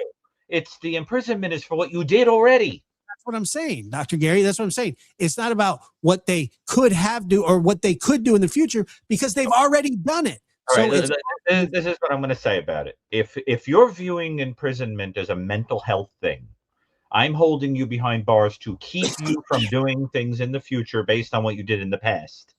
That is one philosophy. But the other philosophy is We don't care what you do in the future. You're in prison to pay the price for what you already did. Right. If you view it that way, there is no world in which somebody who killed a bunch of people should be out in the world because they have to atone for having killed all those people. Right. If you see it like we want to get you out of here and there's no reason to believe you would ever do it again, that's more like a thinking, like a mental health professional point of view. So I think it all comes down to, like, if we're going to be forced to think that way, then they're going to need individual evaluations for risk. But the problem is it takes off the table atonement for what one already has done. In your father's case, I'm sure that's what's bothering you, right? That it's not about if you're going to go out and do it again. It's about that he killed your mother. It's not fair. Yeah, it's not fair. It's not right. It's not fear. It's not anger. It's not anything other than what's right is right. He received a life sentence, so he should do life. And some people think that he should have a harsher punishment, not a second chance at life. That's crazy to me. So you're on the side that imprisonment is about what you've already done. Yes, of course. Right. And how can they say a low, that's one of their things. And I got to go after this, but I promise you, they say it's all about somebody being low risk to society. Low risk. The risk has already happened. The risk is already there. And I'm telling you, these people should be accountable for the stupid decisions that they make, judges, parole boards alike. But they have amnesty. They don't get in trouble for it when they release somebody and then that person goes out and kills another person or rapes another person. They just move on with their day. They go have their coffee, 8 a.m. Let's let some more people out. Let's joke. In New York, if you're going to let people out after 55 years old who have served 15 years of a sentence, I'm not going to get into the details beyond that. That's what's being proposed. If that happened, you're talking about people that may have only served the 15 years. If you committed a crime at 40 years old, right? You served 15 years. You killed multiple people. You should be let out? Yeah, right. Of course not. One of the people who falls under that law is the Wendy shooter, who mass executed people, execution style, killed people. Just think about that. So, I can understand why people are going like, what? I told these people when I gave my impact statement. When I gave my impact statement, I told them, I said, you have no idea who you're dealing with. You don't. Because the only thing you know about him is what you've read, okay, like his crimes. But you didn't deal with him. You haven't dealt with him on a personal level. I know what he's capable of. I know it. Chris, did you tell Chris? You told our audience, so I know I can bring it up.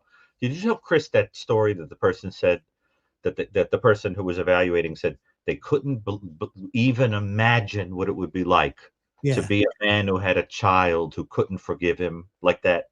Yeah, the lady said, Mr. Diaz, I'm really sorry. I can't imagine what it must feel like to have your youngest child want you to spend the rest of your life in prison. And that's when I said, well, what the hell did you want me to do? Take him to get ice cream and go to a movie? And then that's when they cut your mic off or something, right? Yeah, they cut my mic off.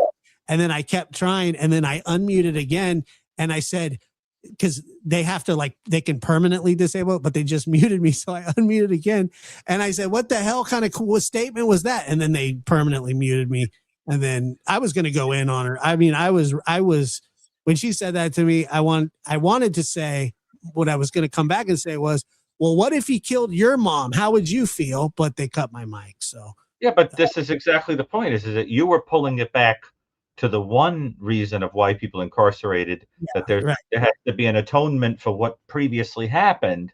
And she's coming at it from the angle of he's not going to do it again. So he's reformed, send him out into the. But Chris, I think that when that law comes to pass, that's a topic for us to have a chat. That's like witness box kind of category conversation. But I think the philosophy underlying it is one that we have to have a chat about, because that is the wave of the future. That there are no people doing bad things. They're all just sick. So if they're not sick anymore, they should be sent back out into the world. And I don't know how I feel about that. With my area of expertise, I got to tell you, their cases have to be taken on an individual basis. And that's what Anna's going to talk about too. That some people just have to do bad things. My mic was because my time was over. It was I gave my.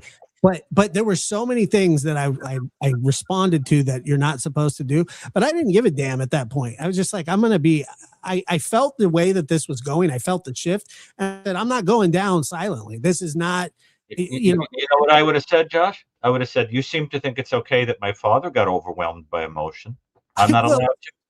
Well, that was another thing when I told I told them I said how do you say that he's low risk when he was nothing but a risk to my entire family?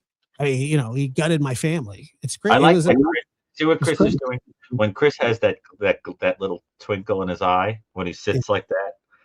He's sitting back watching this whole thing happen and not saying a word. You have no idea. He's got a thought about to come out. So go ahead, Chris. What are you thinking in that twinkling eye? I think what you're hearing. I think he's kind of happy that I was giving it to him. I think the point is you're proving his point. He's watching you prove his point. Well, this is something I've talked to Chris about for years, and he's given me great advice, and like I said, I was you absolutely have. I was no. I mean, he's giving me great advice too.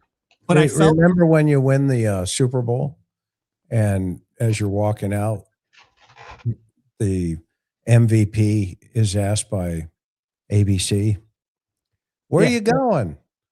Yeah. What's he yell? I'm going to Disney World. Yeah, now you can go to Disney World with your granddaughter and go get a princess outfit. Oh, it's hilarious. I know. Well, it's not hilarious. It's actually insane. But that's a paradigm shift. It really is. And I know. I'm telling you.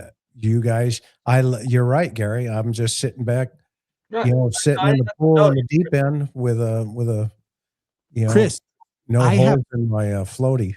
Go ahead. Chris, I have sat in front of 7 parole boards. This was my 7th. Every single one of the parole boards that I've sat in front of were logical, sensible people who were seasoned in what they did. These people were younger than me, and they're idiots. They have no life experience with these people. They don't know who they're dealing with. They took a class and they got certified. That's all they did. They don't know. And that when they said, this is not to minimize the crime that your father committed by granting parole, I said, that's exactly what it's doing. And they muted my mic again. But anyway, I have to mute my mic because I have to go. I'm late, but I appreciate you guys being here. Thank you, Chris.